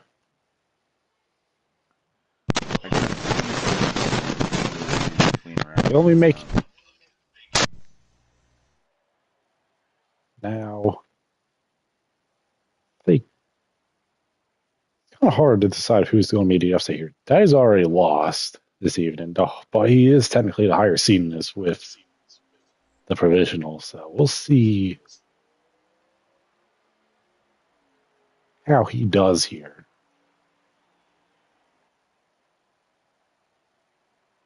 Yeah, the Heart just does not get.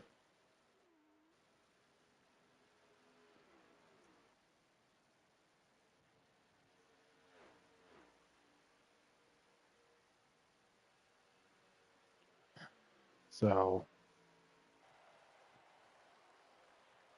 the Heart's going to go down first. Trailing Taddy just going to get the pit stop out the way.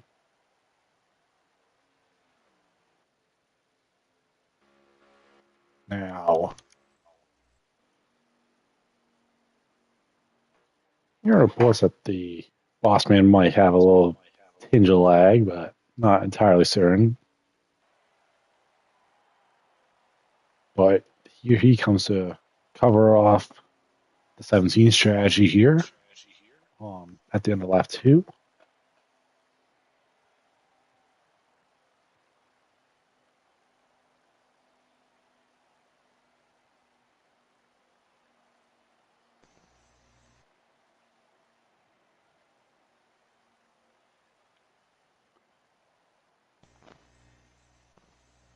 Now, here we go. Akatati coming out to hard. Just now exiting turn 2. So, a bit further a gap than we've seen a lot of these races this round. We'll see if he's still able to get within distance.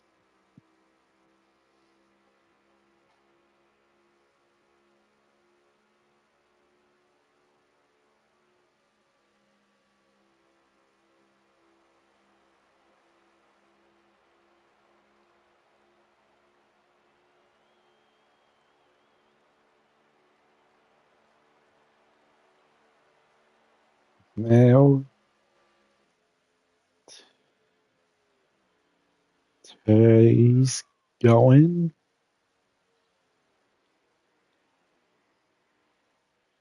Yeah, that's just a bit too much of a gap right now from the 22 to 17.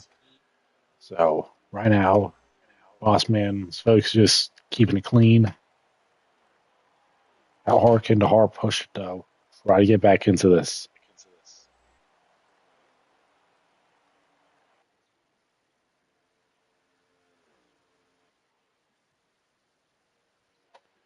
Now,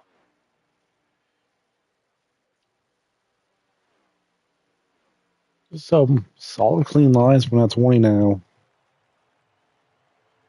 Much different tone of race from his opening matchup against Sinister.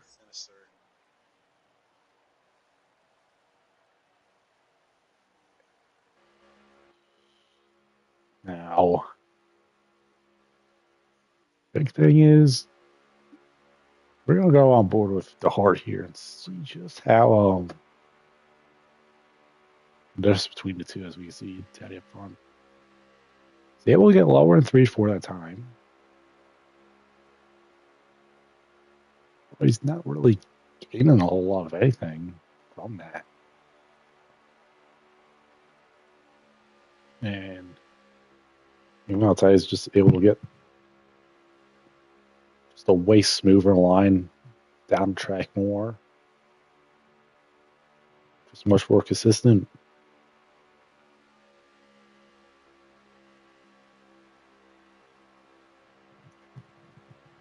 As we come up on what I imagine is the last couple of laps here in this matchup. This is the last lap now. I'm on last lap right now. Last lap for Taddy. Just the pit stops. Just a bit too much of a gap to cover. Yeah, about 2.5 seconds right now. Looks like maybe we top the wall and then get there. Yep. Take the heart, realize that that's going to be the end of the tournament for him. Out turn 4, Aquatati. From provisional to the quarterfinals for him.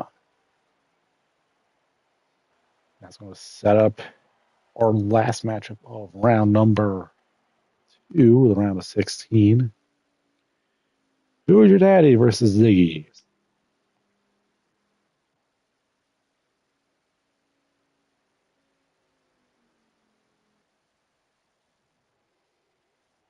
Yeah, if memory serves me right, that's going to set up. We got one more race.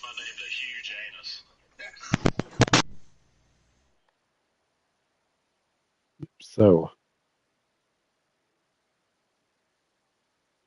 bracket as it stands, Blakey T will face Coyote in the quarterfinals. The Hub will face off against MJ West. Never mind. You can go ahead and join now, T-Bird. All right.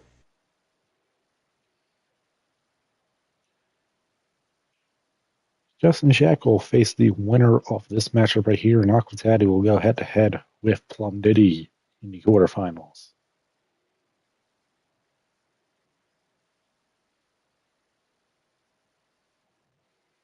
If my math serves me correct.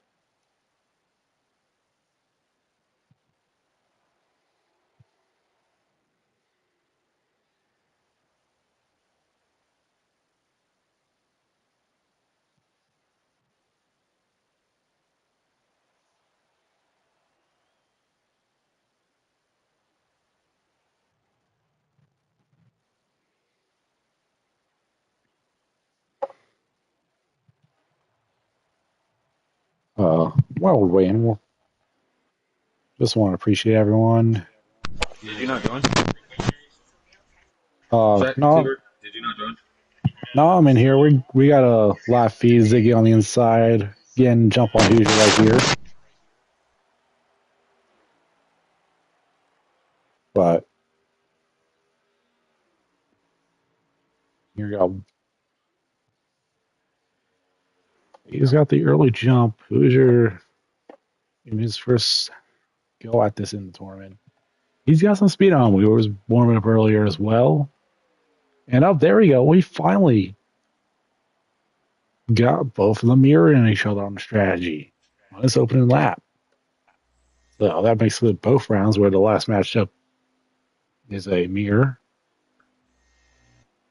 Also, the only 2 times that both drivers have pit at the same time. So, else, great some interesting spots here. It looks like Hoosier did get the advantage on the entry. But Ziggy will be right there, and it's just going to be straight up race. Not a whole lot of blocking shenanigans about to come between the two. And as we see, Hoosier's going to stay on that apron and does gain a little bit of distance. So I mean, we've seen Justin Shackett work that apron earlier tonight for the speed. That might be the play if you're going just to get out there as fast as possible. Of course, if you're trying to play defense, then you do have to come up and try to block, but interested to know as we go through the rest of the evening's events. Meanwhile, Ziggy going back underneath Hoosier. Looks like 12 just left that door just a tad bit open.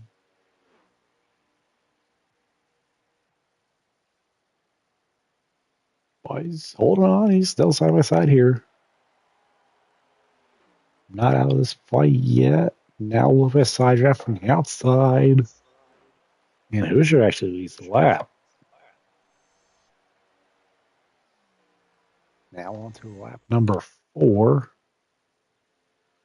Hoosier now tucking in behind. Oh, might have tagged the wall a little bit. Does drop back a little bit. They did get it.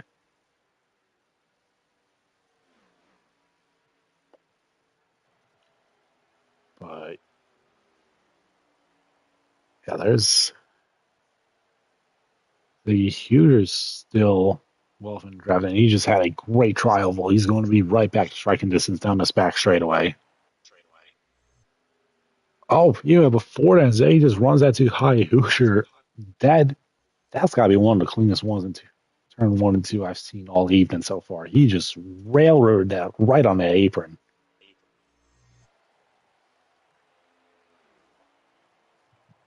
And that's going to put him up to the point here.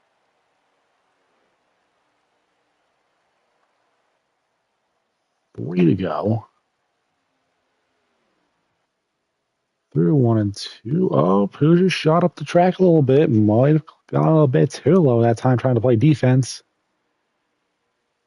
So is he going to try someone on the outside? Can't really get there. But Hoosier got down too low, trying to block again, and he shoots up. Ziggy's back down to the inside. Back and forth. These two have been going. What a match this has been so far.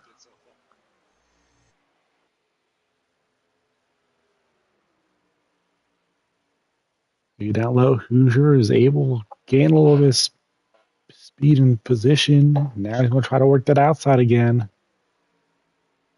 Or it looks like he's going to drop way down. Bumper to the back. This should be 1 or 2 to go here. Hoosier trying to work the outside once more. Ziggy protecting the bottom with his life. Oh, Hoosier's way down there. Ziggy's going to block. Nearly was way down the track. Hoosier's going to dive it in there. Swing and a miss. Ziggy going to the quarterfinals.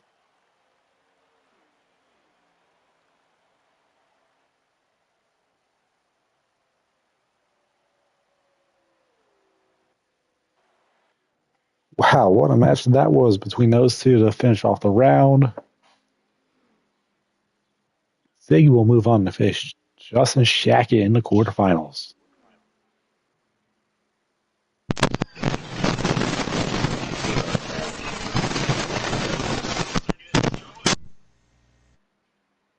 I did not hear a thing you just said, Taddy. You can join. I can join? You can join. Okay. So here he goes. With that said, quarterfinals. About to get underway.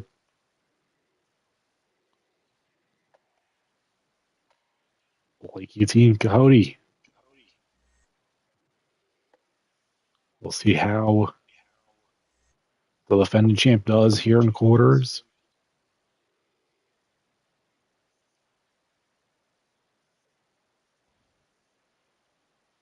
Giggity a bit lucky in round 16 with the big mistake from Sharp, but I mean,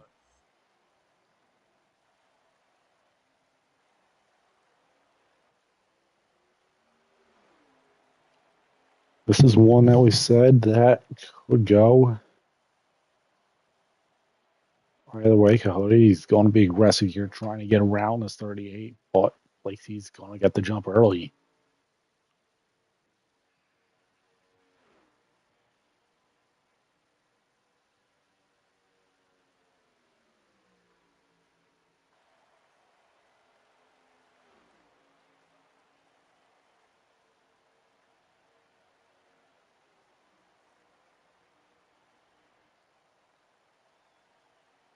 Oh, looks like holding my gun a bit too high on the entry. Tag the outside wall. And there we go. Blakey going way down, trying to break the draft once more. So how he used it against Diesel in the last round.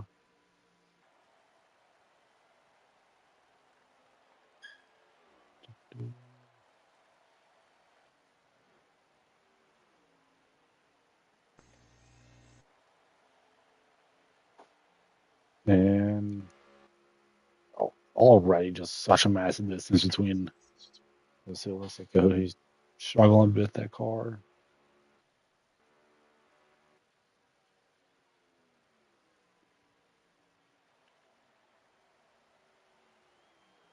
I mean, this is just shades of last year where Blake T was dominant early on in his runs.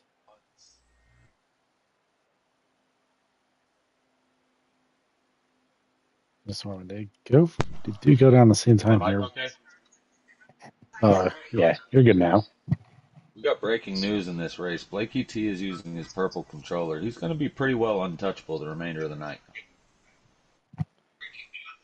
Oh, he brought out the scuff controller for this.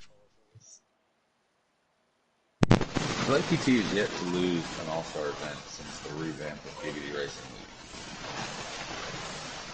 Cody said he's going to wreck him, but well, you got to be close to that in order to wreck him. Yeah, he just made too many mistakes early on to really have a chance to go for that no holds bar aspect of this race. Yeah, Cody has a big problem about his cat getting in front of him while he's racing, so there's a good chance that's what happened. Honestly, I feel him on that. I've had multiple cats get up on me. I've also had my dog unplug my wheel from my PlayStation before in the middle of a race. That was a fun one. Yeah, I think last week we were at Talladega in the Super Speedway Series, and my wheel came off its stand, and so I was just holding it while trying to turn around the track. Oh yeah, I've had that one a couple times too. Yeah.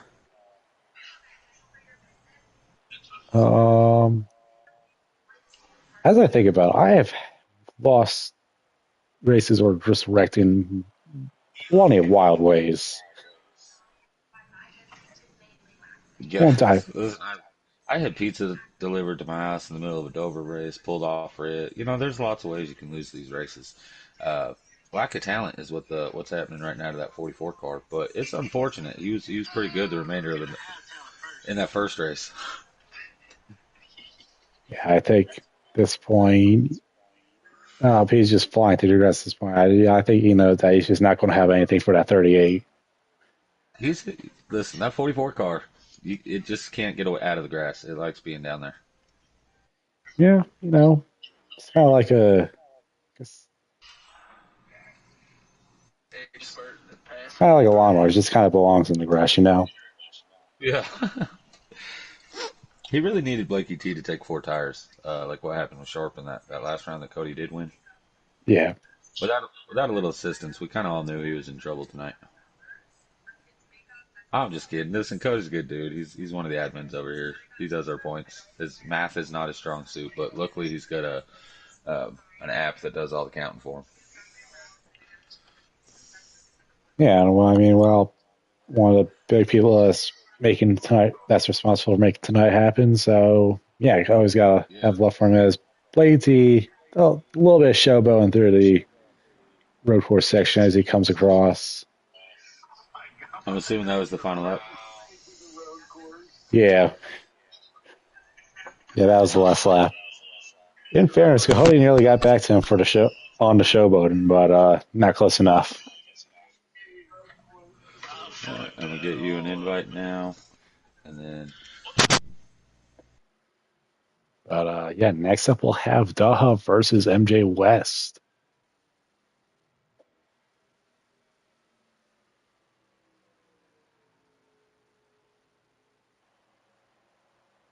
And you can join, T-Bird. Yep.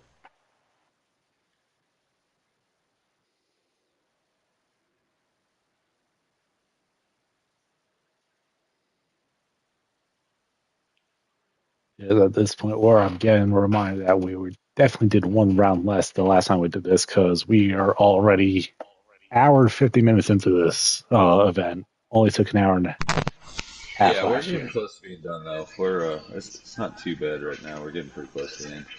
That we're down to like I think 10 drivers sitting right now.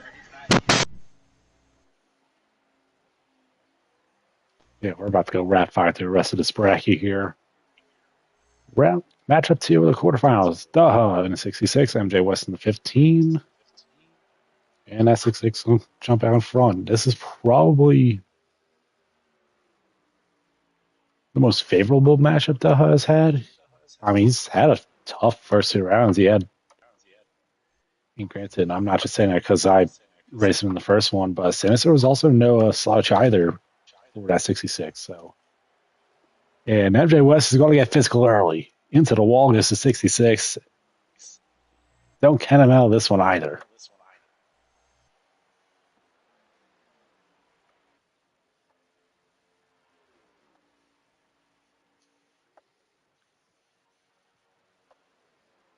And I mean, what a Cinderella story this would be if MJ West makes it to the semis. Started out seed 17 on. As Daha just go down pit road this time. Well, he started out tonight as the 15th seed. Bud Lightyear didn't show up, so he did not race round 1. Got the bye, and then had that big win over War Pig in round 2. He started tonight as the 7th seed. Now he's starting off against the overall 2nd seed. He's going to cover off Daha right here. So 66 not going to have a chance to block the 15 for any chance to get him back around him.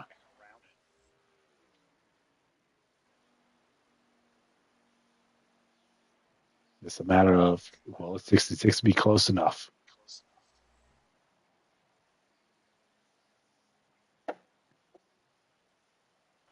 15's out. 66 is round exiting forward. Oh, MJ's going to need to pull off the blocks right here. That 66 coming with a full head of steam.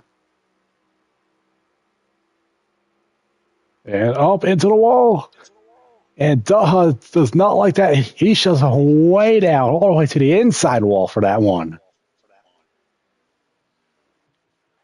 It's not like him right after our first round matchup how he usually likes to race these races clean, but he has shown that he's not afraid to get dirty if it comes to it. He's done that back-to-back rounds now, given he's put a little bit of what they gave to him. And I think that at this point, it's going to be tough for MJ to come back into this. Not in the draft. He's going to have to come back on pure speed, which is just tough to do in these 8 laps.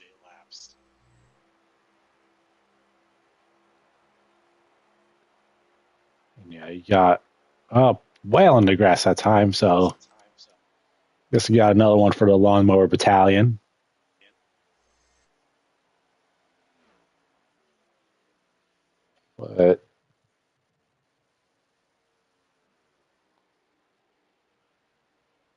But yeah, this has been the round where Daha has really shown why he's a 2 seed in this tournament. Starting out today, as he's just a nice calm drive away from a semifinals appearance for him.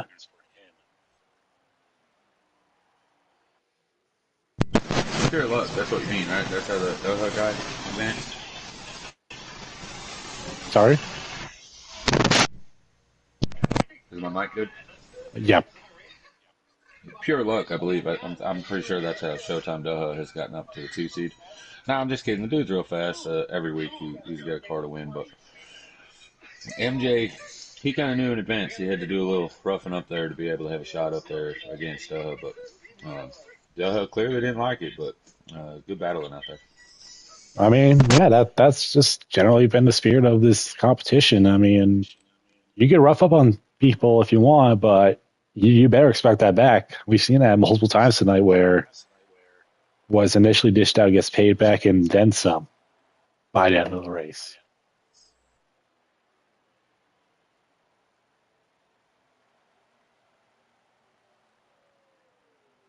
Is that one? That this match is over. Daha moves on. Timer's going through, guys. 20 seconds. Need an invite. I gotcha. Daha, breaking news. Daha is saying in Discord right now that he tried to race as clean as he possibly could. He just got loose on the exit. You should be able to join now.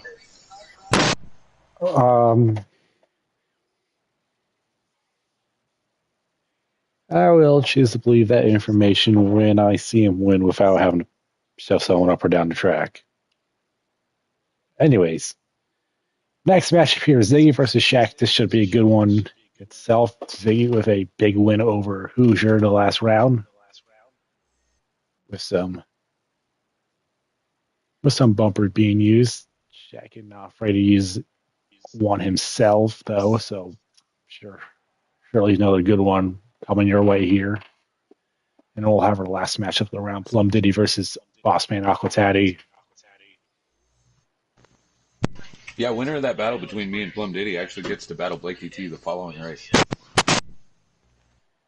Well, you say that. If Ziggy manages to pull off another upset here, he would go immediately That's true. That is true. Then the winner of this would go up against I didn't even think of that. You are accurate.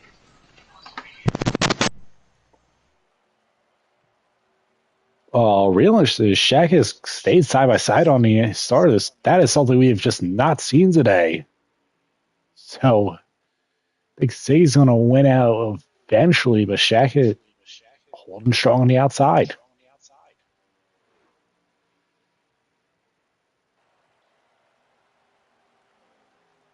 And, once again, they're going to go down at the same time. So another mirror strategy. Second time we've seen that this round. This time they're going to be way closer to Ziggy. He just had that battle against Hoosier where they were on the same strategy. So he knows how to get it done in a situation like this. We'll see what the game plan is here once they exit for the last 7 laps of this.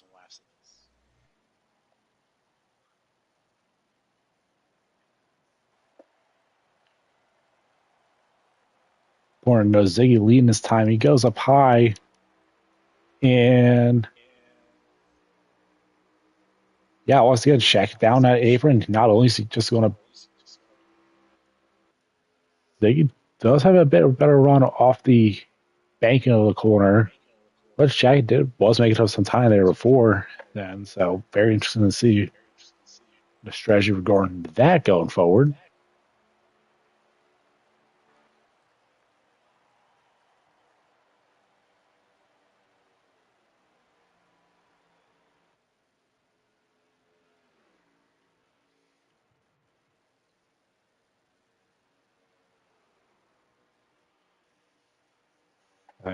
Shaq can immediately able to just get down below that 21 and makes that look easy on him.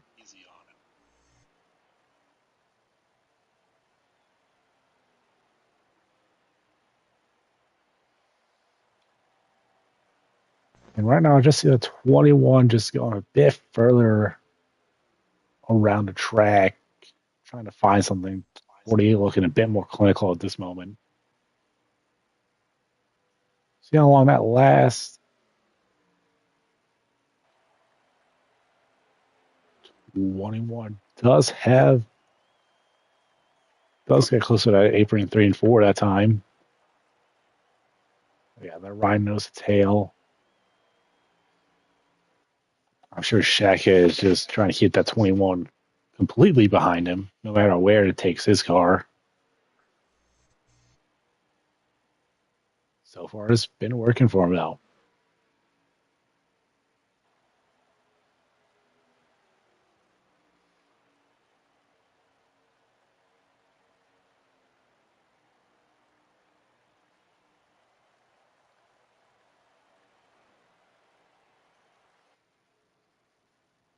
Still knows the tail exit in turn 2 this time.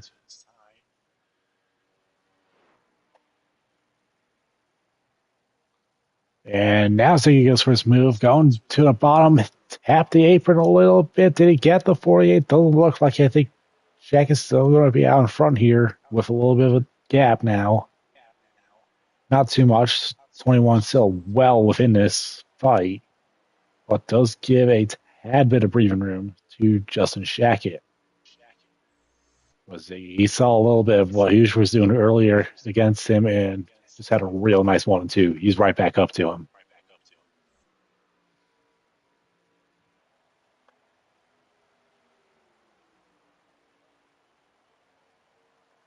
And Ziggy peeking his nose down to try. Always looked like he was going to try something into 1-2. Thinks better of it.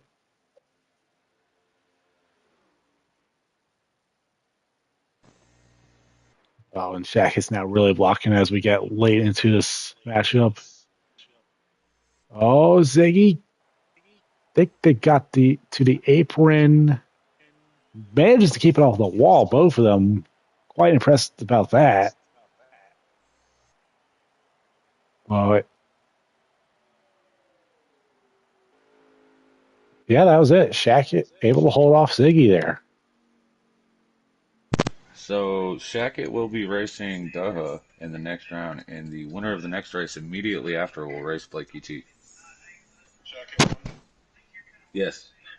So There's an invite. Plum Diddy, timer starting.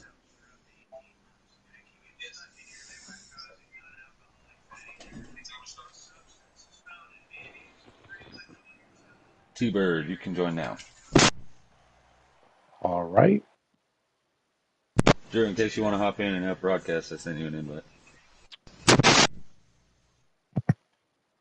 I ain't got nothing to do.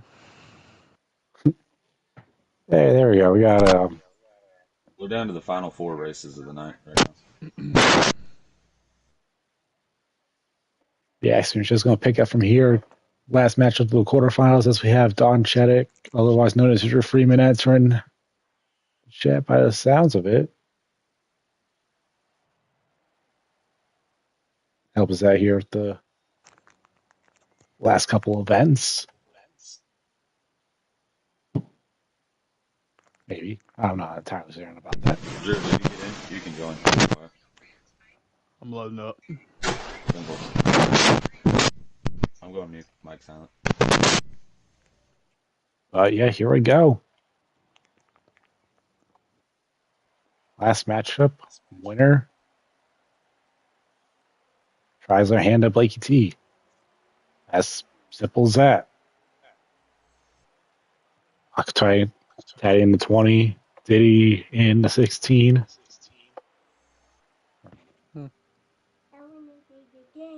Plum Diddy, I should probably make that distinction nowadays. But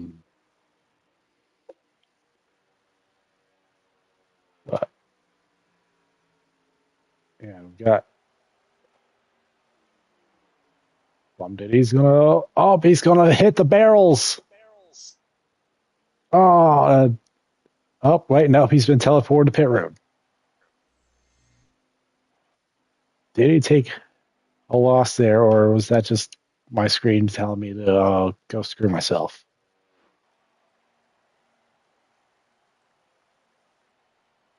Don't entirely know.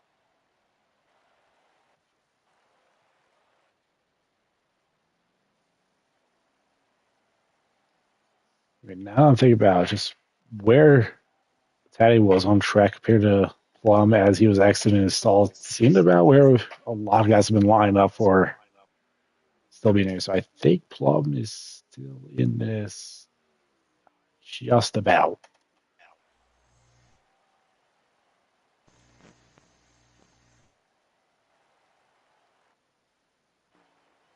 There's Aqua with the 1-2-3. And out and immediately up because he knows that 16 is coming. And oh yeah, he's good. He's gonna get to the back here. Taddy just have to imagine going to try to block. And he does it that time. Just able to read where the 16 goes. And at least you're going to get nose to tail. And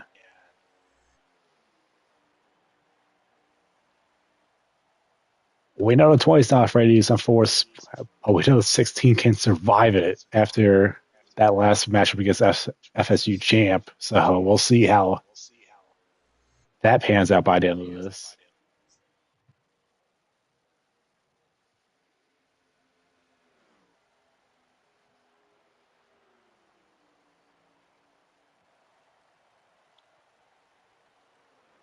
Oh, Plum's gonna try the outside this time.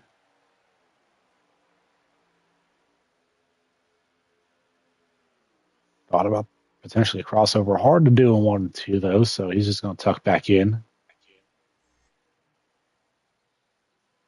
And oh, he got underneath that time. Well timed move. He gets around Aquatati. Plum Diddy to the point. There's going to make the semis.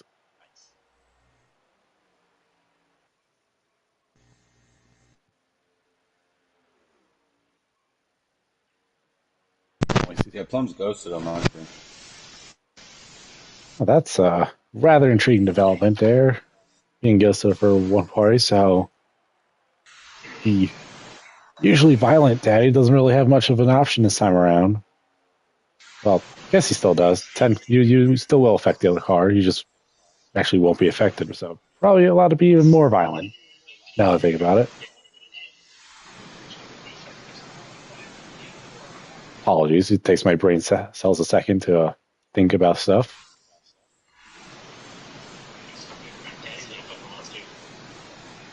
But the big negative here for Teddy is that he can't really get the draft off of a ghosted car either. So makes staying with 16 that much tougher as he's behind right now.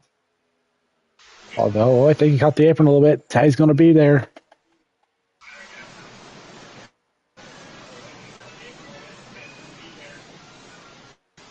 Oh, I think he managed to cover it off. Oh, Diddy's going to hold on. Plum Diddy's going to hold off Octaddy and move to the semifinals. Well, where he gets a date with Blakey T.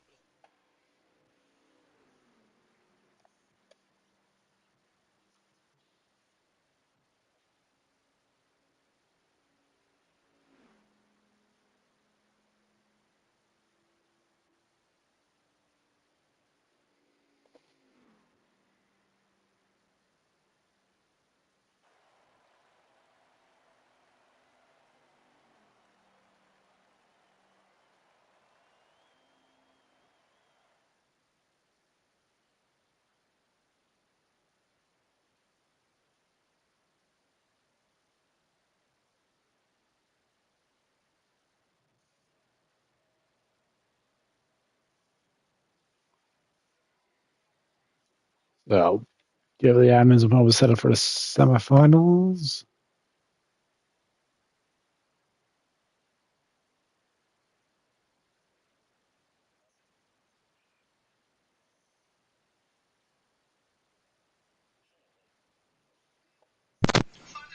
Plum, accept that. You're up right now against Blakey.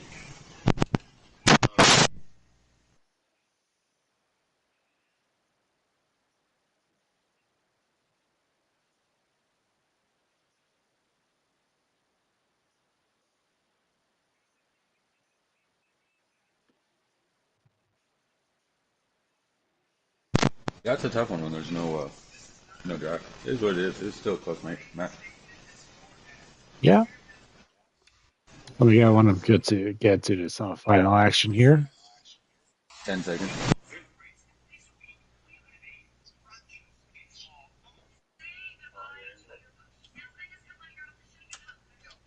And you can join. All right.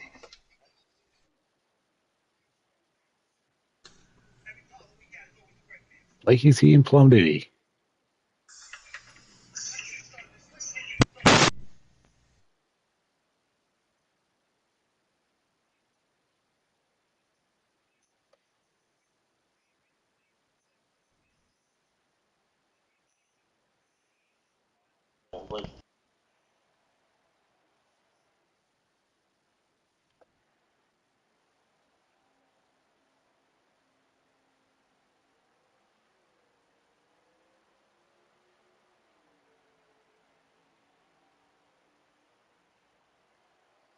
Now, talked earlier tonight about how Plum has the shifter. That's probably the biggest thing he has over Blake T. Just the ability to get on the start in this on and off pit road section much better than a 38 can really has any opportunity to get. But he's going to squeeze in that time though. But Plum's going to use that to his advantage to just take that entry to pit road and once again absolutely clinical on the entry.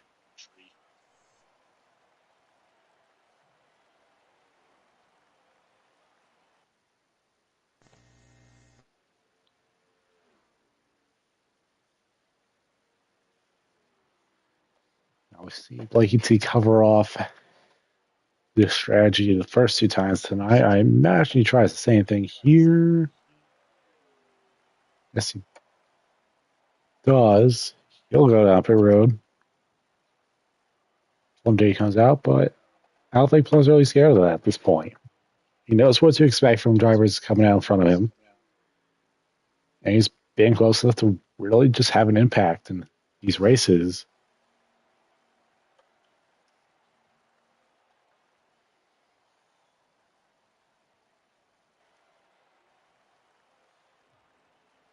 As I'm out 3 and 4 now. And Plum is definitely going to get there before Blades is fully up to speed.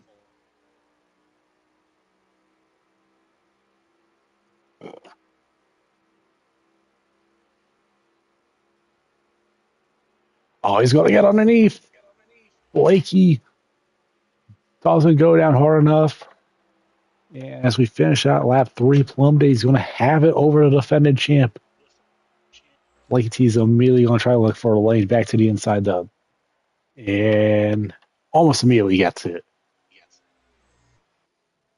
It's so clinical on when he strikes back.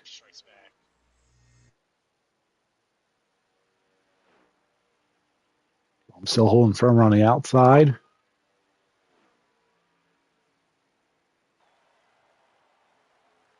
And he'll tuck back into the draft. Finishing lap 4 halfway through. This the first of 2 semifinal matches. 20 laps left in the event. 4 more for these two right here. Oh, Plum tagged the apron a little bit. And now Blakey into the snake that he's been using all night. Worked for him big time against Diesel earlier. Now he's going to try to use it to keep Plum at bay. 3 to go in this matchup.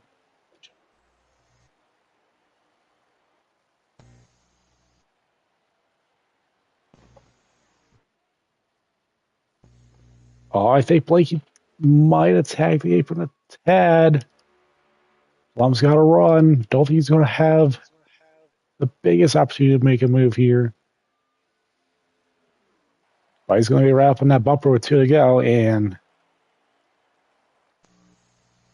I don't think that 60 is going to be afraid to use force if he needs to. Oh, they're in the grass. Does Plum get there? Nope. Just held off just that bit. Still right there, though. Blakey not even trying to stay. He's just going to try to keep the 16 from the bottom. But here we go. 4 more corners. Can Plum do it? Can he knock off the defending champ, or will Blakey T go back-to-back finals appearances? Plum's trying to outside 1-2, just doesn't have the speed. Now, Blakey T into the snake. Plum trying to follow. Tried to send it, couldn't get close enough. Blakey T is going to hold on through 3 to 4. Too little, too late for the 16. And Blakey T, 1 step away from doing what he set out to do. And defend. Yep, that was it for that round. We're going to have Shaki versus Doha in the other semifinal. Winner. The winner will face that man, the 38, Blakey T, going for back-to-back.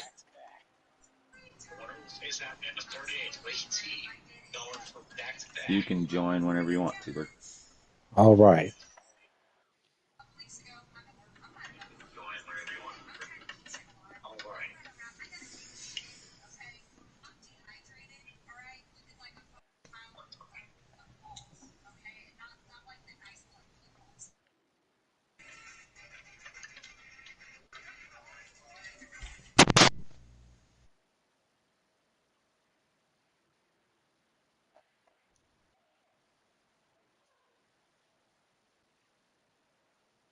Jackie trying to make a statement after an earlier than expected exit a year ago. Duh, in his first tournament, has run the gauntlet so far in terms of matchups. He has another tough competitor right here. Duh on the inside of 66 to 48, Shaq on the outside to begin. 8 laps, winner goes to the final.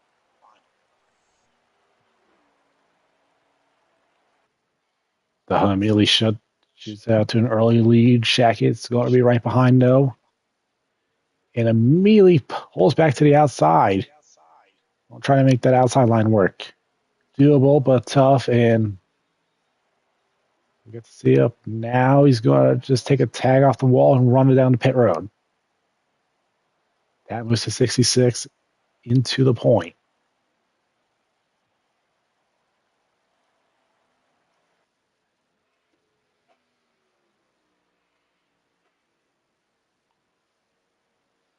Will the 66ers cover off Shaq this time on strategy?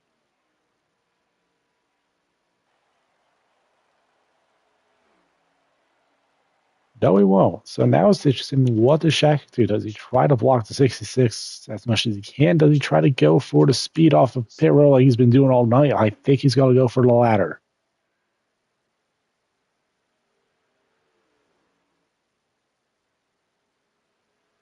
Or not really much of blocking going on against the 66 that time. Very interesting to see. Now Duha's going to go down, but I think the big thing was Shaq did get a little bit of a draft off of the 66.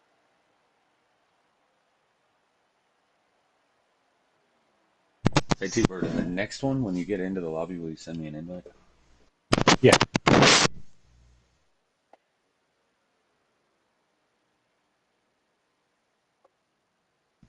But here we go, Shaq through 3 and 4. We'll see where Duha comes out in all this. He's getting out the stall now.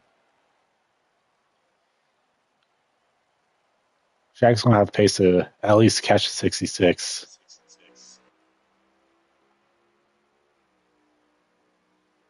Well, yeah, there's Duha also using that apron to get up to speed. Now he goes up. And now he goes back down to that bottom line, trying to cover off any big move from the 48. Who's going to happily take that outside and go side by side through 3 and 4.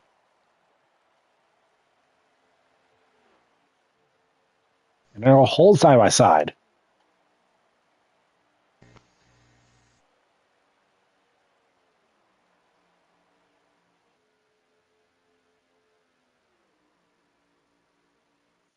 Jackie just can't really hold on through 1 and 2 as much as he would like. He's still out there. Now he's going to come back behind, try to play offense from the back of the 66. Oh. Able to cut off the 48 that time. Down the back straightaway. And again, we just see that 6-6 protecting the bottom at all costs.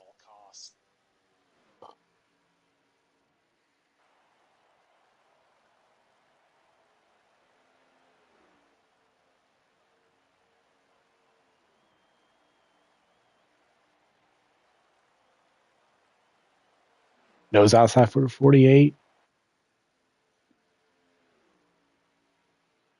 Oh, he's going to turn it back inside.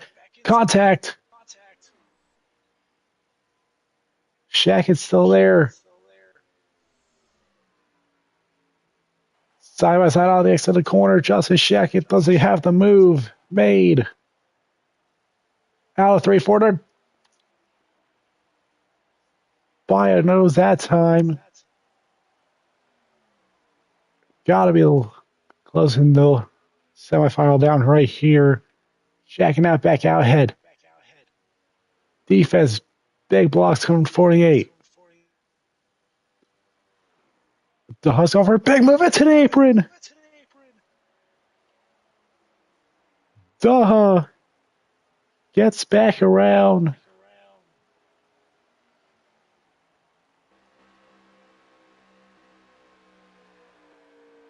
And it is showtime. Duh. To the finals with a big move on the last lap. It is 1 versus 2. Defending champ versus a man who's gone through literal hell and back in this tournament to get here. It comes down to one.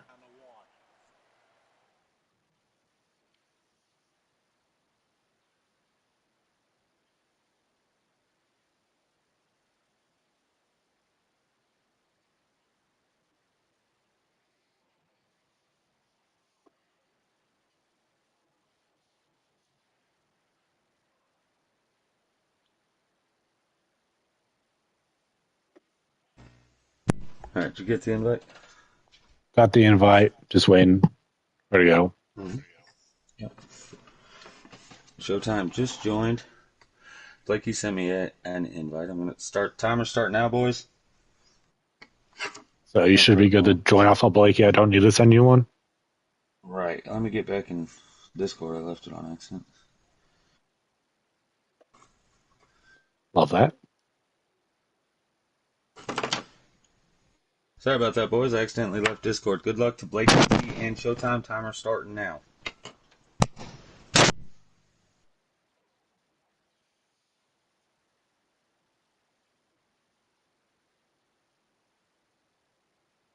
There's still a full minute on it.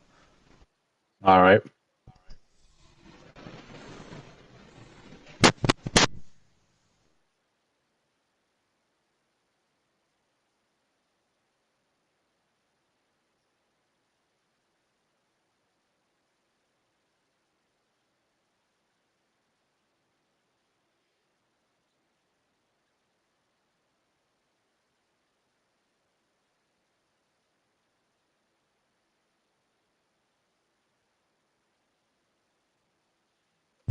$15 seconds. Showdown Championship.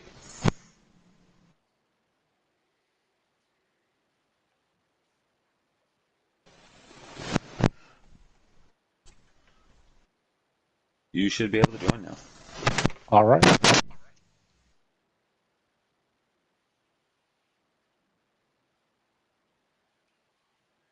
It comes down to this.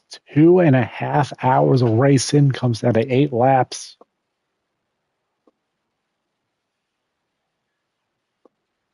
And the goal for these two men are simple. Do better than me. Sorry?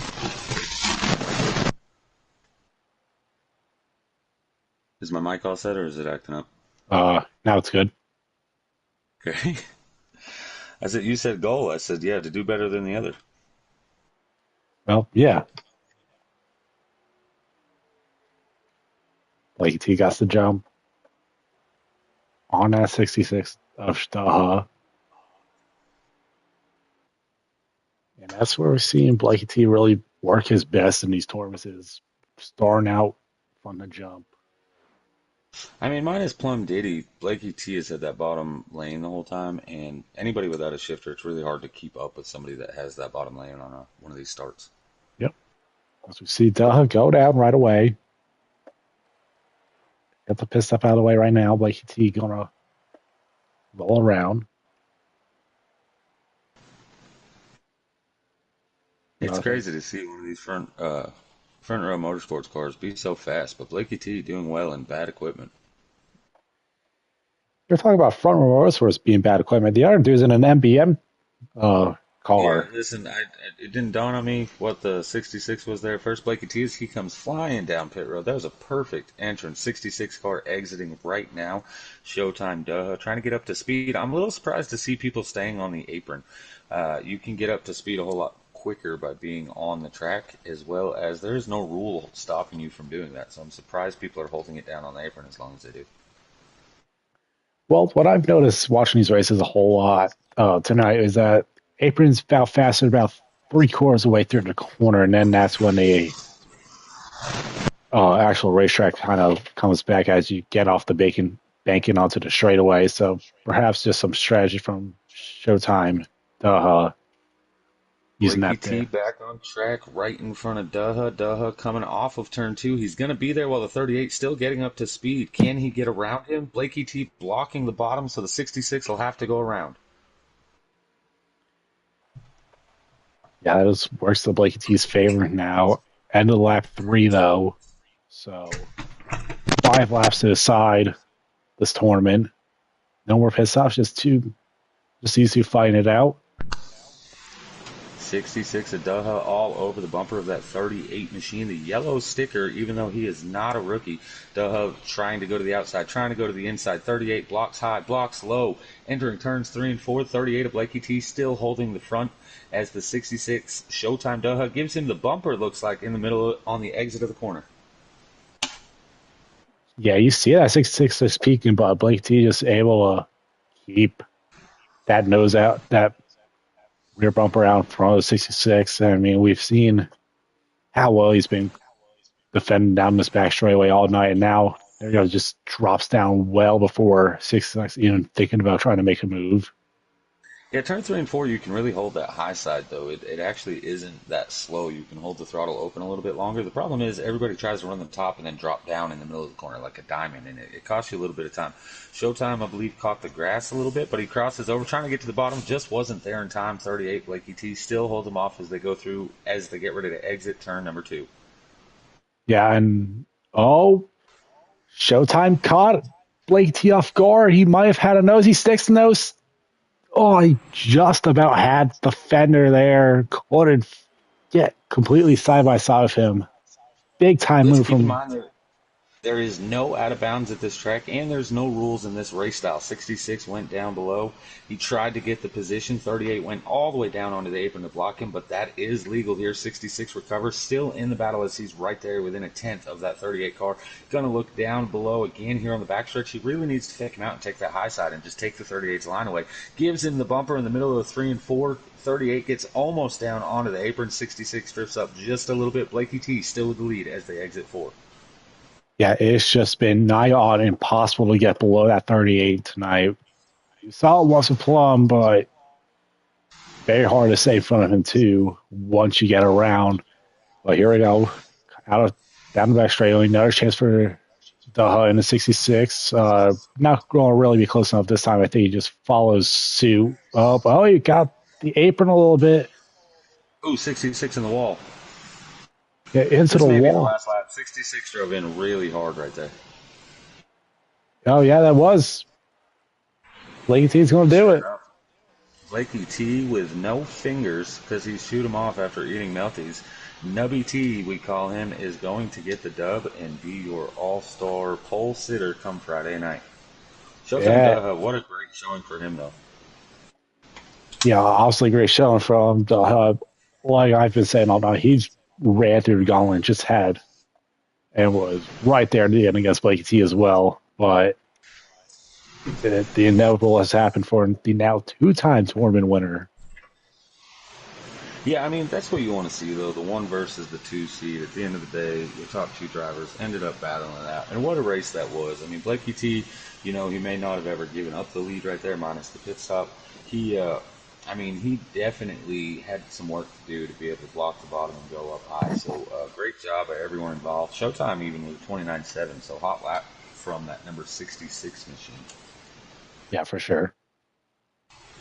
But, ladies and gentlemen, just so we know what's going on the rest of the week, tomorrow night, Wednesday night, and Thursday night, we will have a last chance qualifier tomorrow and Wednesday. Top 3 from the race will advance. Thursday will be the final 2.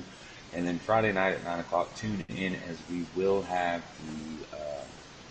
the All Star event that everybody's fighting for right now. 2.5 hours worth of 1v1 racing just to be able to sit on the pole for that. Once we got to the round of 16, everybody was already guaranteed into the show, but they chose to stick around and battle it out to try to become that champion. So tune in all week long as we have a lot more excitement to go. And hopefully during these LCQs, we can get some of these guys that you've seen tonight racing, be able to hop in and give their take on what's going on and stuff like that. Yeah, for sure. And I'll be able to take you through all the action through the LCQs. And I'm sure we'll find someone for Friday night. I do unfortunately have to say that I won't be around for the main event, but I'm sure I'll have a great time. I got somebody for Friday, so we're good to go. Perfect. Well, I'm going to enjoy the rest of the week here with these LCQs coming up. I've enjoyed tonight with the 1v1 tournament. Thank you again, Teddy, for putting on all this for us to enjoy this evening and the rest of this week. Big thanks to you. Thanks for being here with us. And on that note, I'm going to get up out of here, and you can close out the stream whenever you want to. And again, appreciate it, everything you do for us here, T-Bird. Of course, man. Big love for you. Big love for the rest of the admins, Coyote, Third Jack, helping out with the proceedings tonight. And a big congratulations. West and Don Kiddick. MJ West, Don Kiddick, the other two admins. Oh, and Shaq actually. Shaq has recently hopped into the administration here. Well, there we go. There's the rest of the admin team. Big thanks to all of them for helping organize the event tonight. And, of course, big congratulations to Blakey T, back-to-back tournament winner, pole sitter for Friday night. But with that, this has been T-Bird here with Giggity Racing League, signing off for the evening. Thank you all for watching.